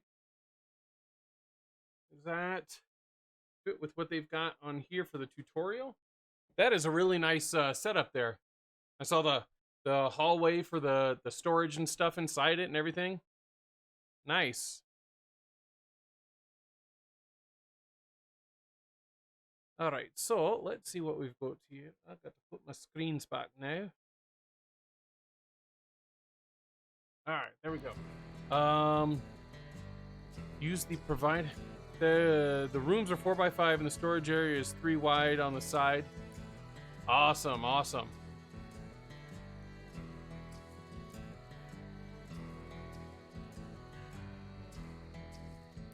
Okay, so place the door and window of your first room on the 3 walls away from the soil floor.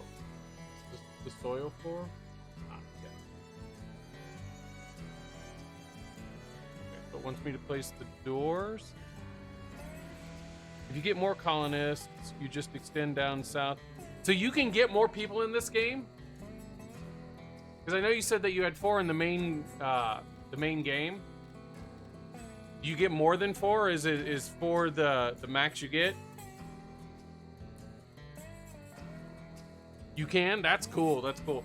And so the hallway is big enough that you can put large tables and stuff down the center? Sweet. Okay, so we've got to place a 5x5 log room.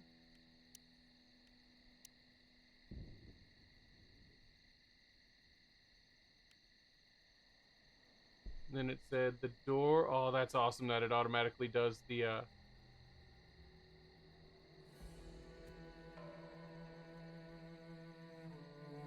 place a window.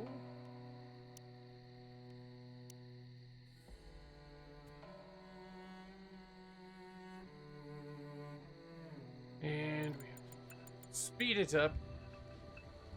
So I've had one just randomly show up. There's exploration vents where you can find other survivors. That is pretty cool.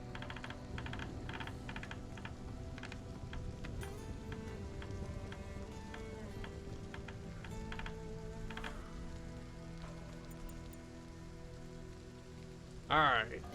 Select the metal bed. Oh, you're letting me move things now. Select it and use copy action to place 2 more beds like it.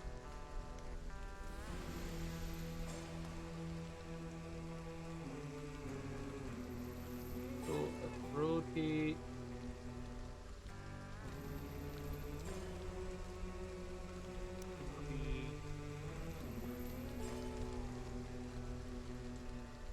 The held down shift.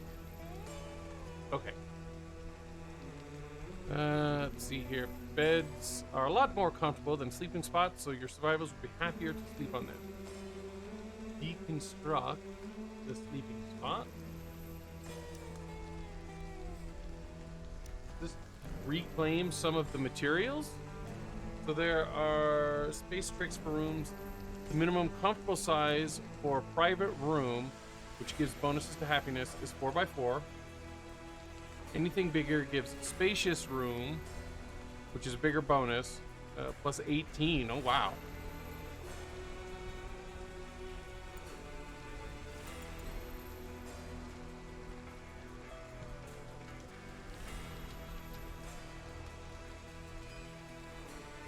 Temperature. Your survivors will be happier to have their own private rooms, but for now, the shared bedroom will be good enough.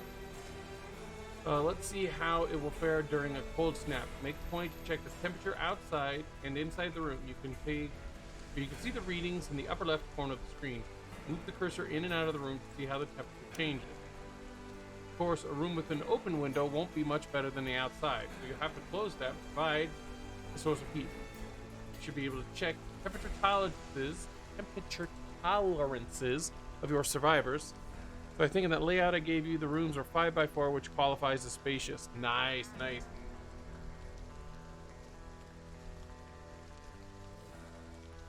All right, so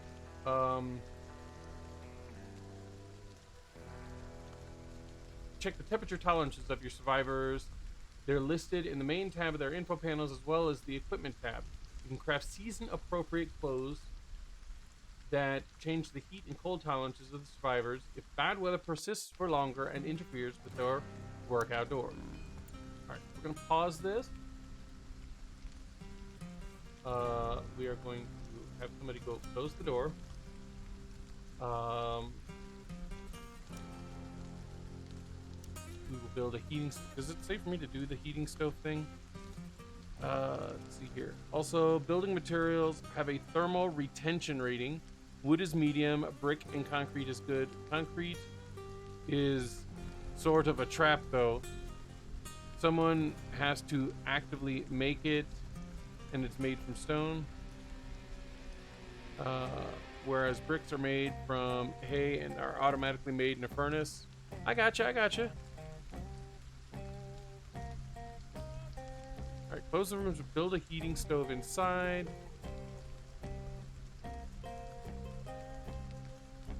Okay. We've already got somebody going there. I wanted to see equipment in. Alright, so like their heat tolerance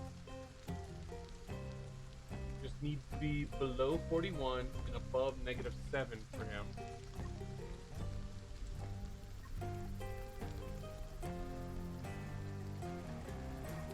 They have on different, they've got on different clothes. That's why it's changed.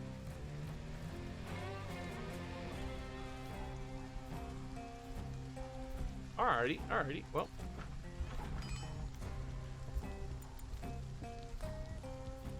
Cave dweller. Wow, you've got a furnished floor.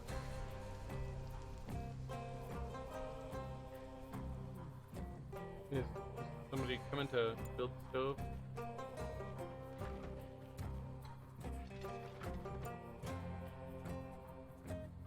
Alright, so it's -2 indoors and -13 outside.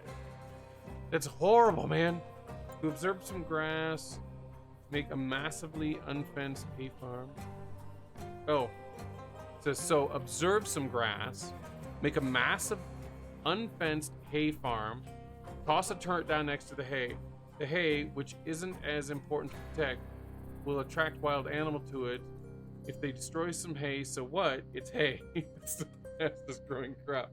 Yes, that's actually a brilliant idea. Like, lure the animals in.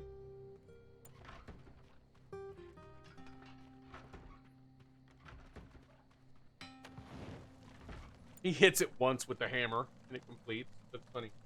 Now, the room is better insulated and heated, but closed windows means no light, and your survivors are not a big fan of that.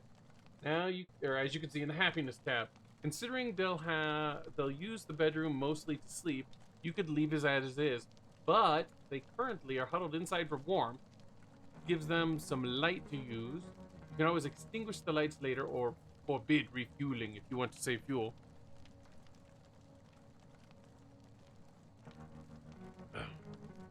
The turret will kill the animal, which you can harvest for meat.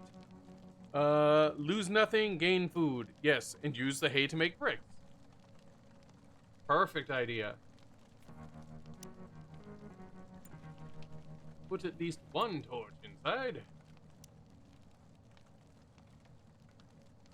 Provide light while burning.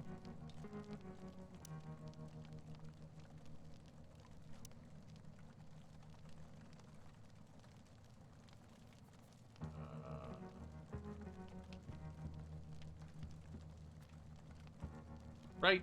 Should have done the whole shift thing.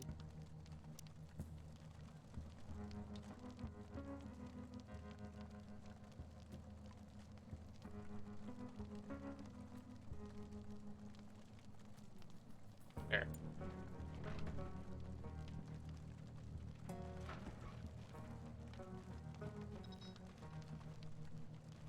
Hypothermia? Hurry up and get inside.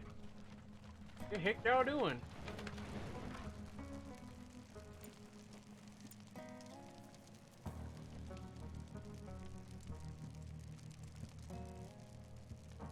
In the construction, forbid refueling through the use of the refuel action.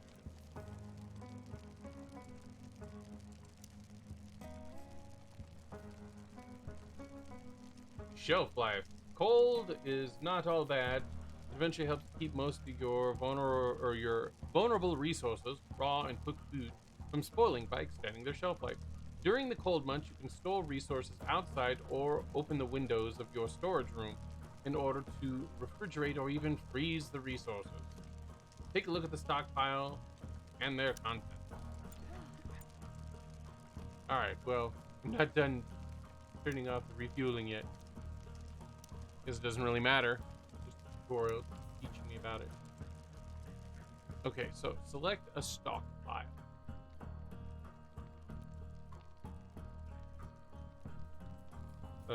Roll over an edible resource and check its current status and shelf life. This? Forage grain, yes. Okay, shelf life. Excuse me, trying to read that. What did you close my windows for? Did I tell it to you? No, I don't think so. Alright. Common room. Your last big task is to build a common room and move all remaining furniture inside so your survivors can work and relax indoors. It is a good opportunity to try building a floor, walls, and roofs separately with different materials. You never know what the environment will offer you, so this method will let you plan and use your resources better. Building a new room adjacent to an existing room will save resources, allow faster access between the rooms, and facilitate temperature control. You can destruct pieces of the rooms and move furniture as you go along if something gets in the way. Finally, you will construct a new storage. Move some resources closer to the rooms for faster access. You can allow and forbid storing of individual resources and or groups in each storage in order to manage the flow of resources better. Try to keep storages and production devices close, as this will shorten delivery time.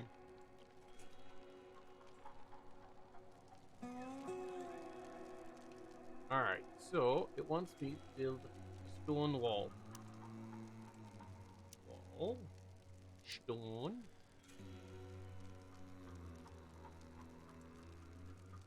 I can't see where I'm trying to go here.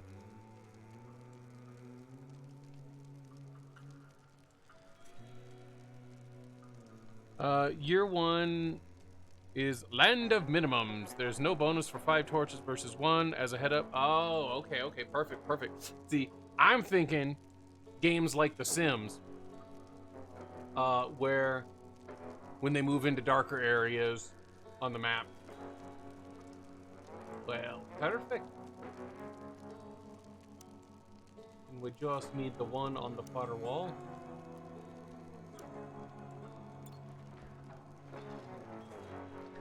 I love how they just throw the resources on the ground.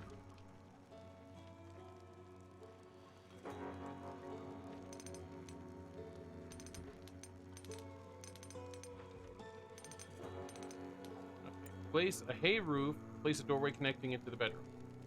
All right. So buildings. Door. No, it said a doorway. Still says doorway.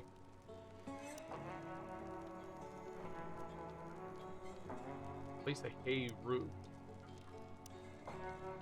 Hey!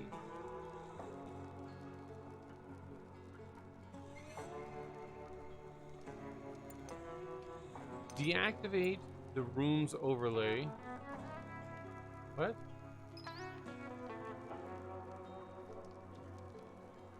This way you'll be able to see the progress of the roof's construction. Awesome, awesome.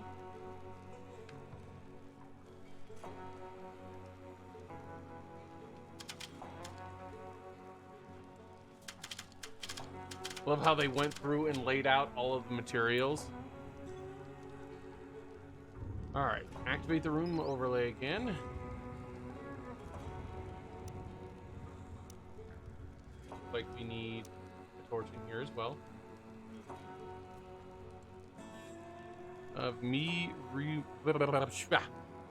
Move the research desk inside. The workbench, the tailor bench, cook stove.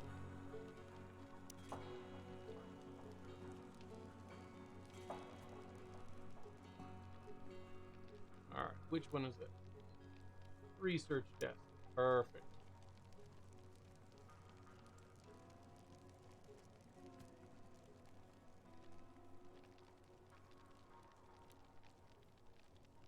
Tailor bench.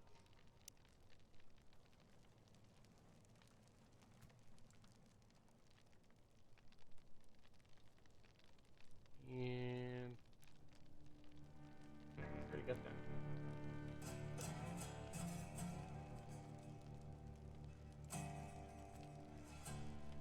Why wouldn't you store your materials inside? Like, I can understand putting your food outside, but why wouldn't you store your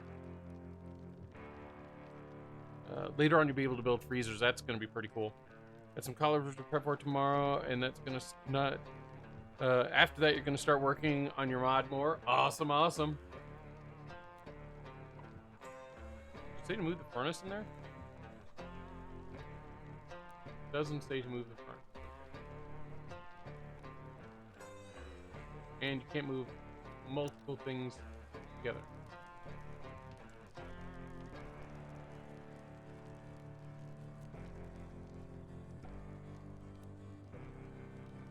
Move.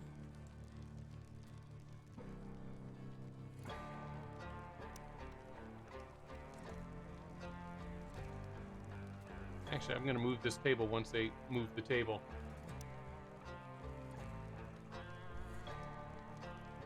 Oh, yeah. I get sidetracked a lot. Is there a reason you wouldn't have them, like, I can understand, like, storing your food outside? Because it said you can restrict what goes on each one. Wouldn't it be better to restrict the outside ones, at least during the wintertime, to only storing your food, and then put ones in the same room here?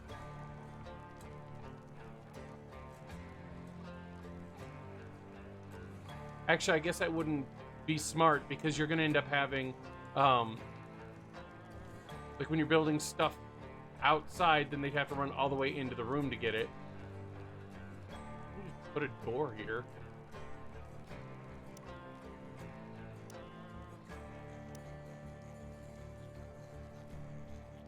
And then they wouldn't be going very far for it.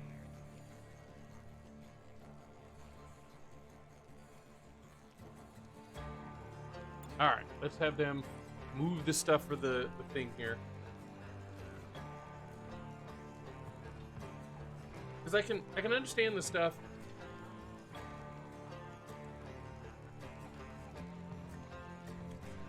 Well, I just meant for the ease of use for the stuff here.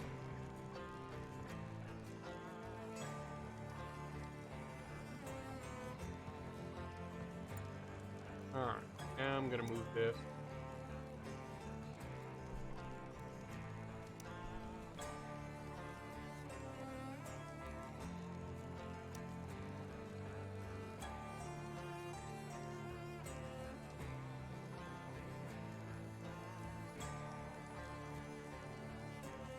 Okay, I'll let you guys move those things first, because you seem to be having problems moving and aligning the things.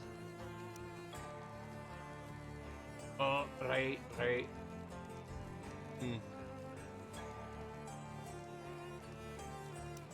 Cancel that move. Put the stuff back where it was.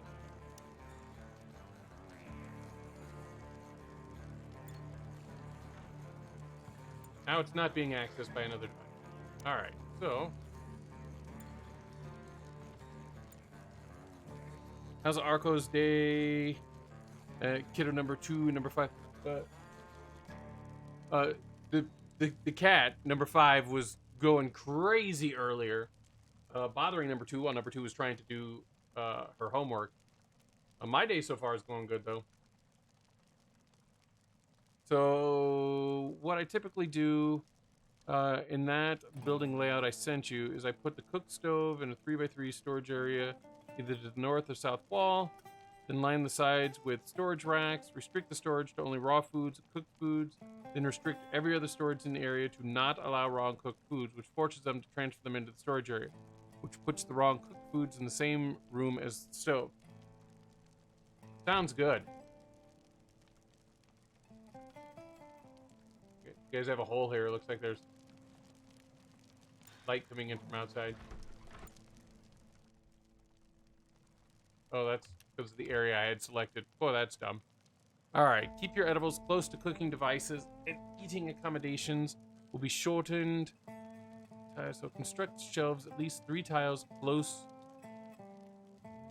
closer to the rooms. Right. How's Uber and Lyft yesterday? So any travel for cooking is all in a single room. Alright, so this is our cooking stove thingy, right? Okay, so I'm gonna move this stuff again. 73 times, right?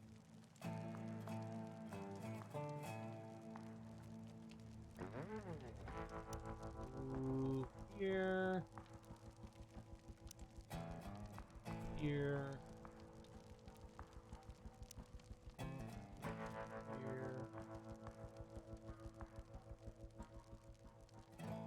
Cancel all of that. This is what happens when I don't plan ahead. We're gonna move these and swap the cooking stuff down here.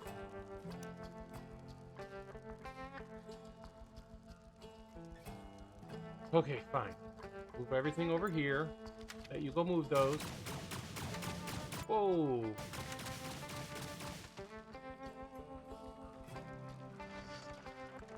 That was some creepiness. Love how I moved one.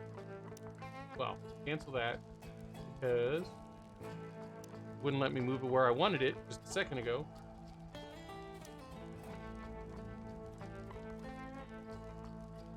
That's still being blocked. So cancel that. And then we're gonna do door coming off of here. We're gonna build some storage shelves. They were saying keep it outside so it helps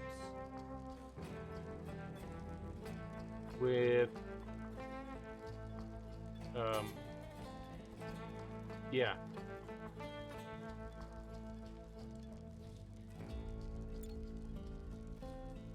It helps extend the life of your stuff.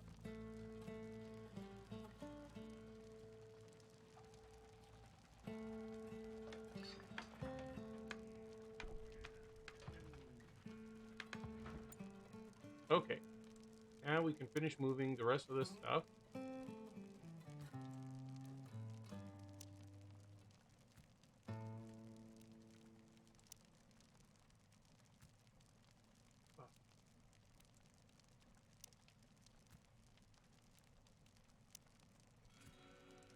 A little bit easier flow through. Slept without my beloved. Interesting.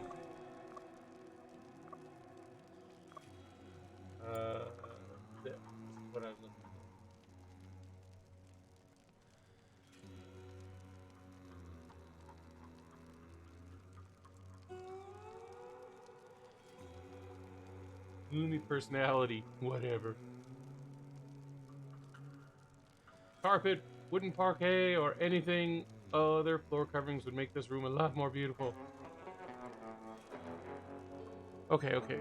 Select the shelves and open the restriction tab.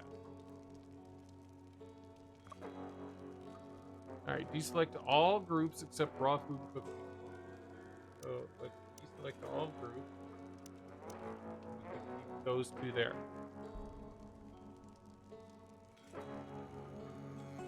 Alrighty. Now you know the basic room building. Alright, on to the last tutorial. Alright, it's time to take things to the next level and learn how to set up electric grids. Electricity will improve the life of your survivors in many ways.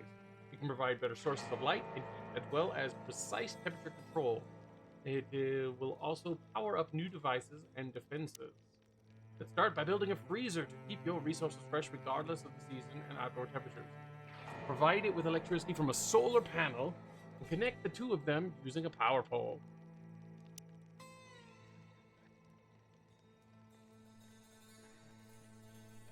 Alright, place a freezer in the big room. I'm assuming that this is what they're referring to as the big room.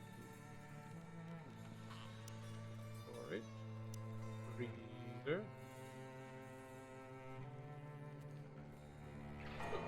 That thing is gigantic. Place a solar panel in proximity to the room. Are these stairs? These are horribly designed stairs. Who would like? Not the pictures or stuff like that of the stairs. Though that's really well, but could you imagine trying to navigate your way through here, especially if you had like a pint or two? Anyway, so place a solar panel, place a pole between the room and the solar panel to connect. All right, so solar panel.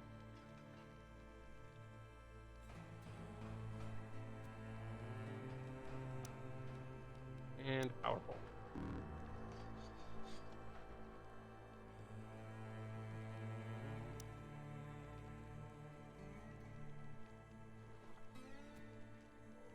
Power pole. Complete all constructions. Faster, more speed.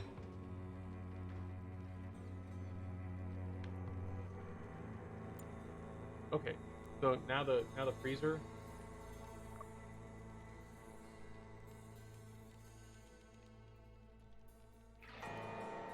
This one, you're not allowed to have either of these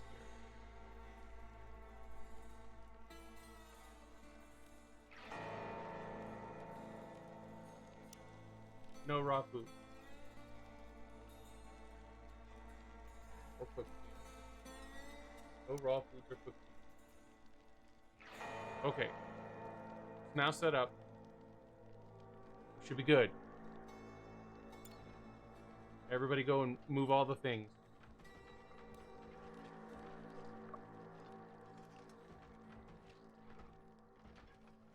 So refrigerated at 9 degrees. 7 degrees.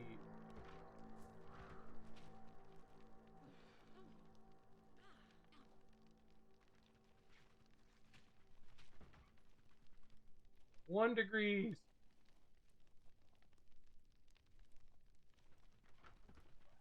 Come on. Drop down a little more. It's called a freezer for a reason.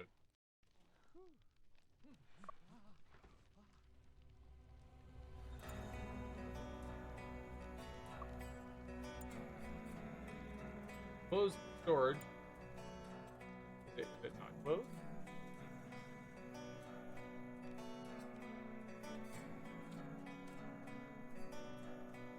Ah, now it's showing that it's frozen. Indefinite storage. Tossed you an edited, updated link for the house layout. Just make sure you put the doorway next to the stove, whatever end you put it on. Awesome, awesome. Also, Dawson, Uber. Actually, I drove nothing but Lyft yesterday.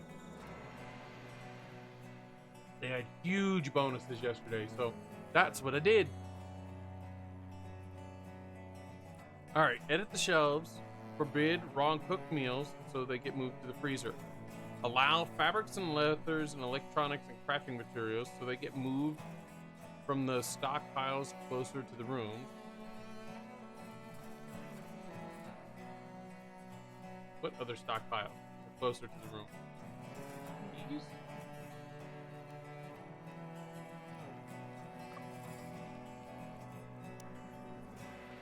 So allow fabrics and leather, crafting materials. All right, that's what they want. Clean energy is all good, but producers such as solar panel and wind rely on weather and natural cycles, so they won't be working all the time. You can deal with that by storing excess in a battery and using it when your producers are not operational. You'll be able to tell a battery's charge at a glance from the light indicators. Place a wind turbine and place a battery.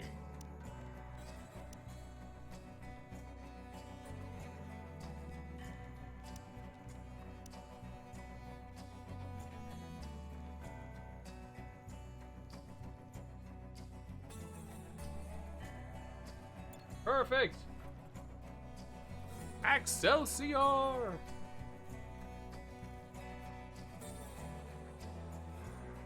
I love how they carry like one type of material at a time.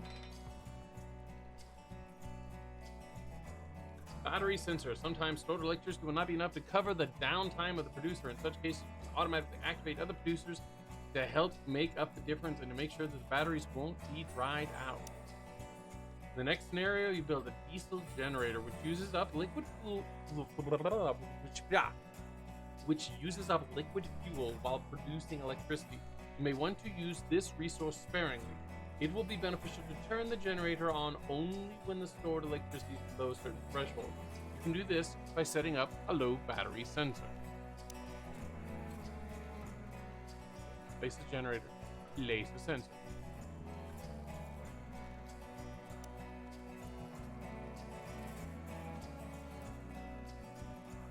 Activates power storage grid when it's below a certain threshold.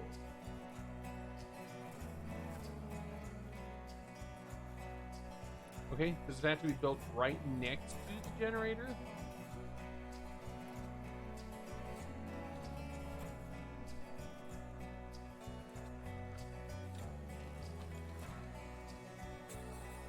Power. Low battery storage.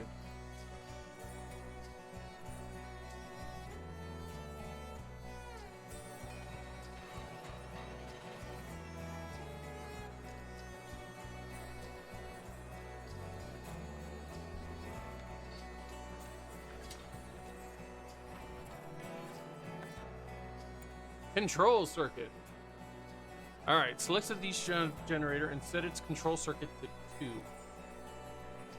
Control circuit, none. Hit 2. Sweet. Select the battery and set it active circuit to 2.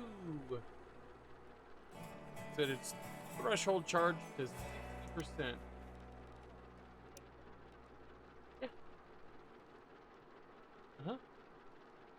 All right.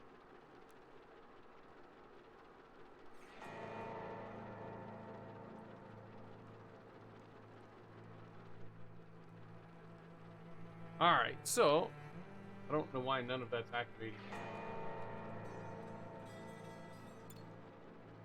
Do I have to let them go change the stuff? I do. Air conditioning. With a steady power grid ensured, you can safely start building more consumers. Try the air conditioner. It would allow you to select and maintain a chosen temperature. Take note that if there is a big temperature difference between the outside and the one selected for the AC, it may not be able to make up for it, especially if it is placed in a bigger room. In such case, you can build more AC units and get them to work together towards the same temperature goal.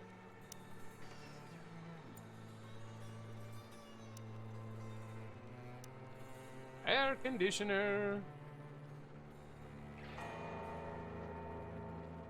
Alright, when constructing, select the AC, let it.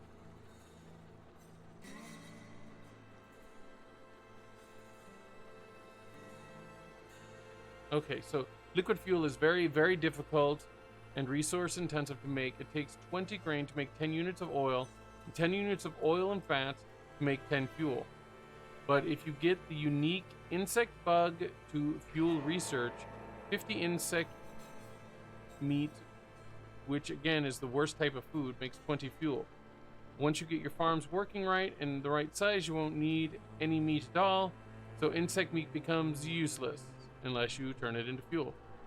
I gotcha. Sounds good. All right, so on these air conditioners here, I'm assuming that the direction that the arrow is pointing is the direction that it's going to cool.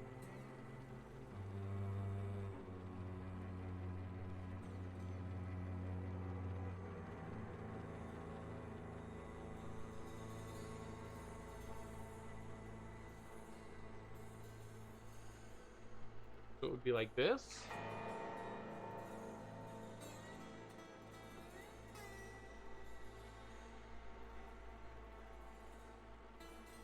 I guess. Why not? Or why would they not have the... Oh, the big arrow's exhaust? Not that just in time.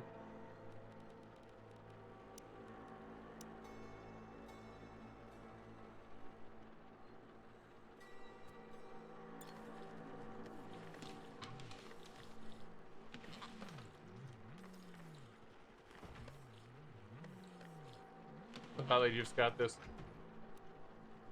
Oh, that's not on the floor, it's on the wall.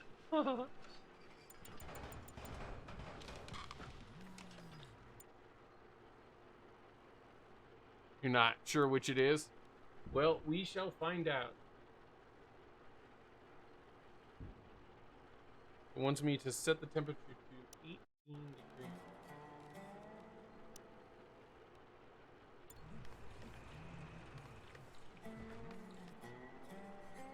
Motion sensor. Smart devices are pretty nifty, right? Pay close attention to their descriptions and you will be the master of automation in no time. Speaking of which, let's try the motion sensor out. Will detect hostile movement in a wide circular area and activate connected devices and defensive. In the next step, you'll connect a motion sensor to an automated turret to prevent it from using electricity when there are no enemies to fight. When the sensor detects hostile movement, it will turn the automated turret on. Yes, I will. Alright, so close. Like it was down here somewhere. Okay, so place a machine gun turret. Entrance. Machine gun. Pop, pop, pop, pop, pop, pop, pop.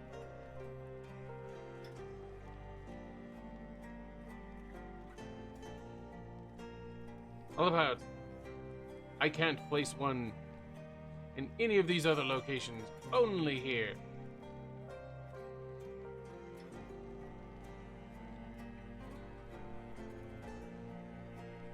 Place a motion sensor near the base's entrance.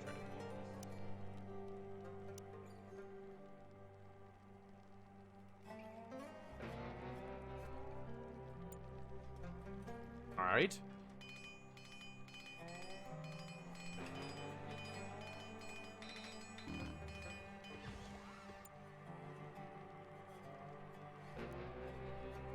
Okay, so it looks like we don't have power right here.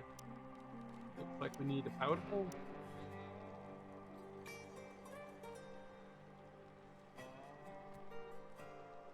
Right.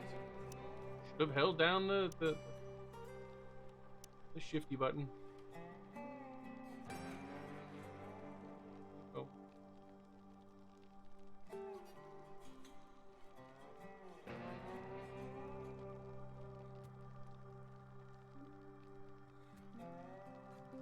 Alright.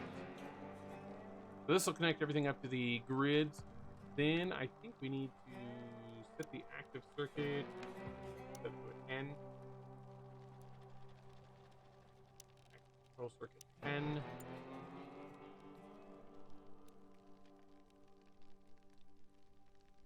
change inactive circuit.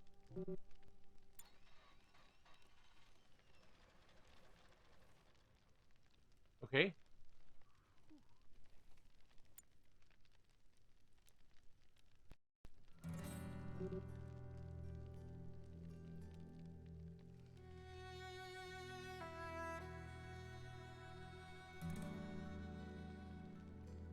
Sensor is not working.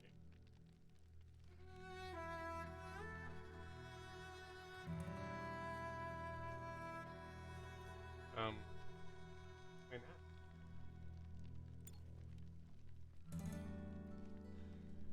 Shows it's connected to the power pole, right? Status off.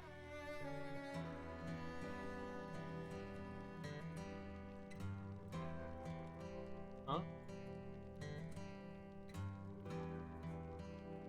Nope. Get down, kitty. I can't sit in front of my screen. I can't see. Okay? Alright, so why are you need another solar panel or winter? Oh, I'm not producing enough. I got you. Okay. Well, let's we've got this extra area out here. Let's see here. This produces 40. Or up to 40. Generates 20 during the day. Just put down one of each.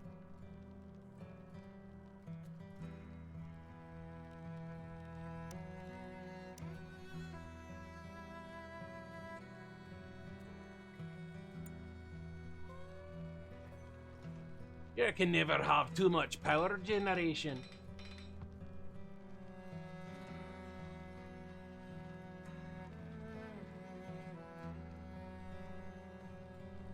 Oh, that's why. These aren't connected. They didn't build the one in the middle.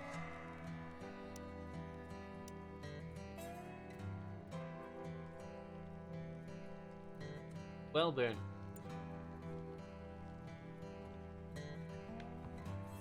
Well, now it's all one grid. Right, because it's charged a lot faster now.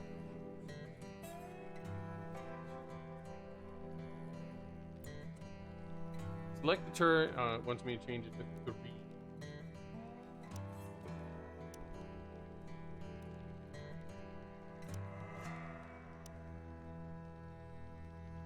Gotta be set to the exact number they want. Alright.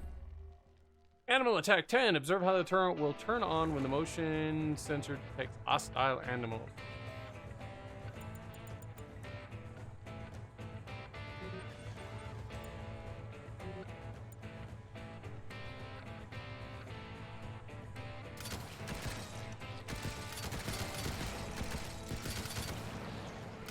Well then, you know how to create electric grids and manage them. Perfect. And this actually is epic timing because it looks like the AC is backwards. Whoops, told you wrong. I'll fix it. Because now that I'm done with the thing, I'll remember though that the arrow does go inside. But it is time for me to take my hour break here. Got to get some lunch for number 2 and I here, and then I will be back for my second stream for today, and we will start in on our new colony in about an hour. All right, and Iron Dragoon, thank you for all of the extremely helpful advice that you've given me. you've made me not have to do 20 extra restarts. But we will get this thing rocking here in about an hour. Got to get some food in her, and but I will be back, and hope to see you guys then.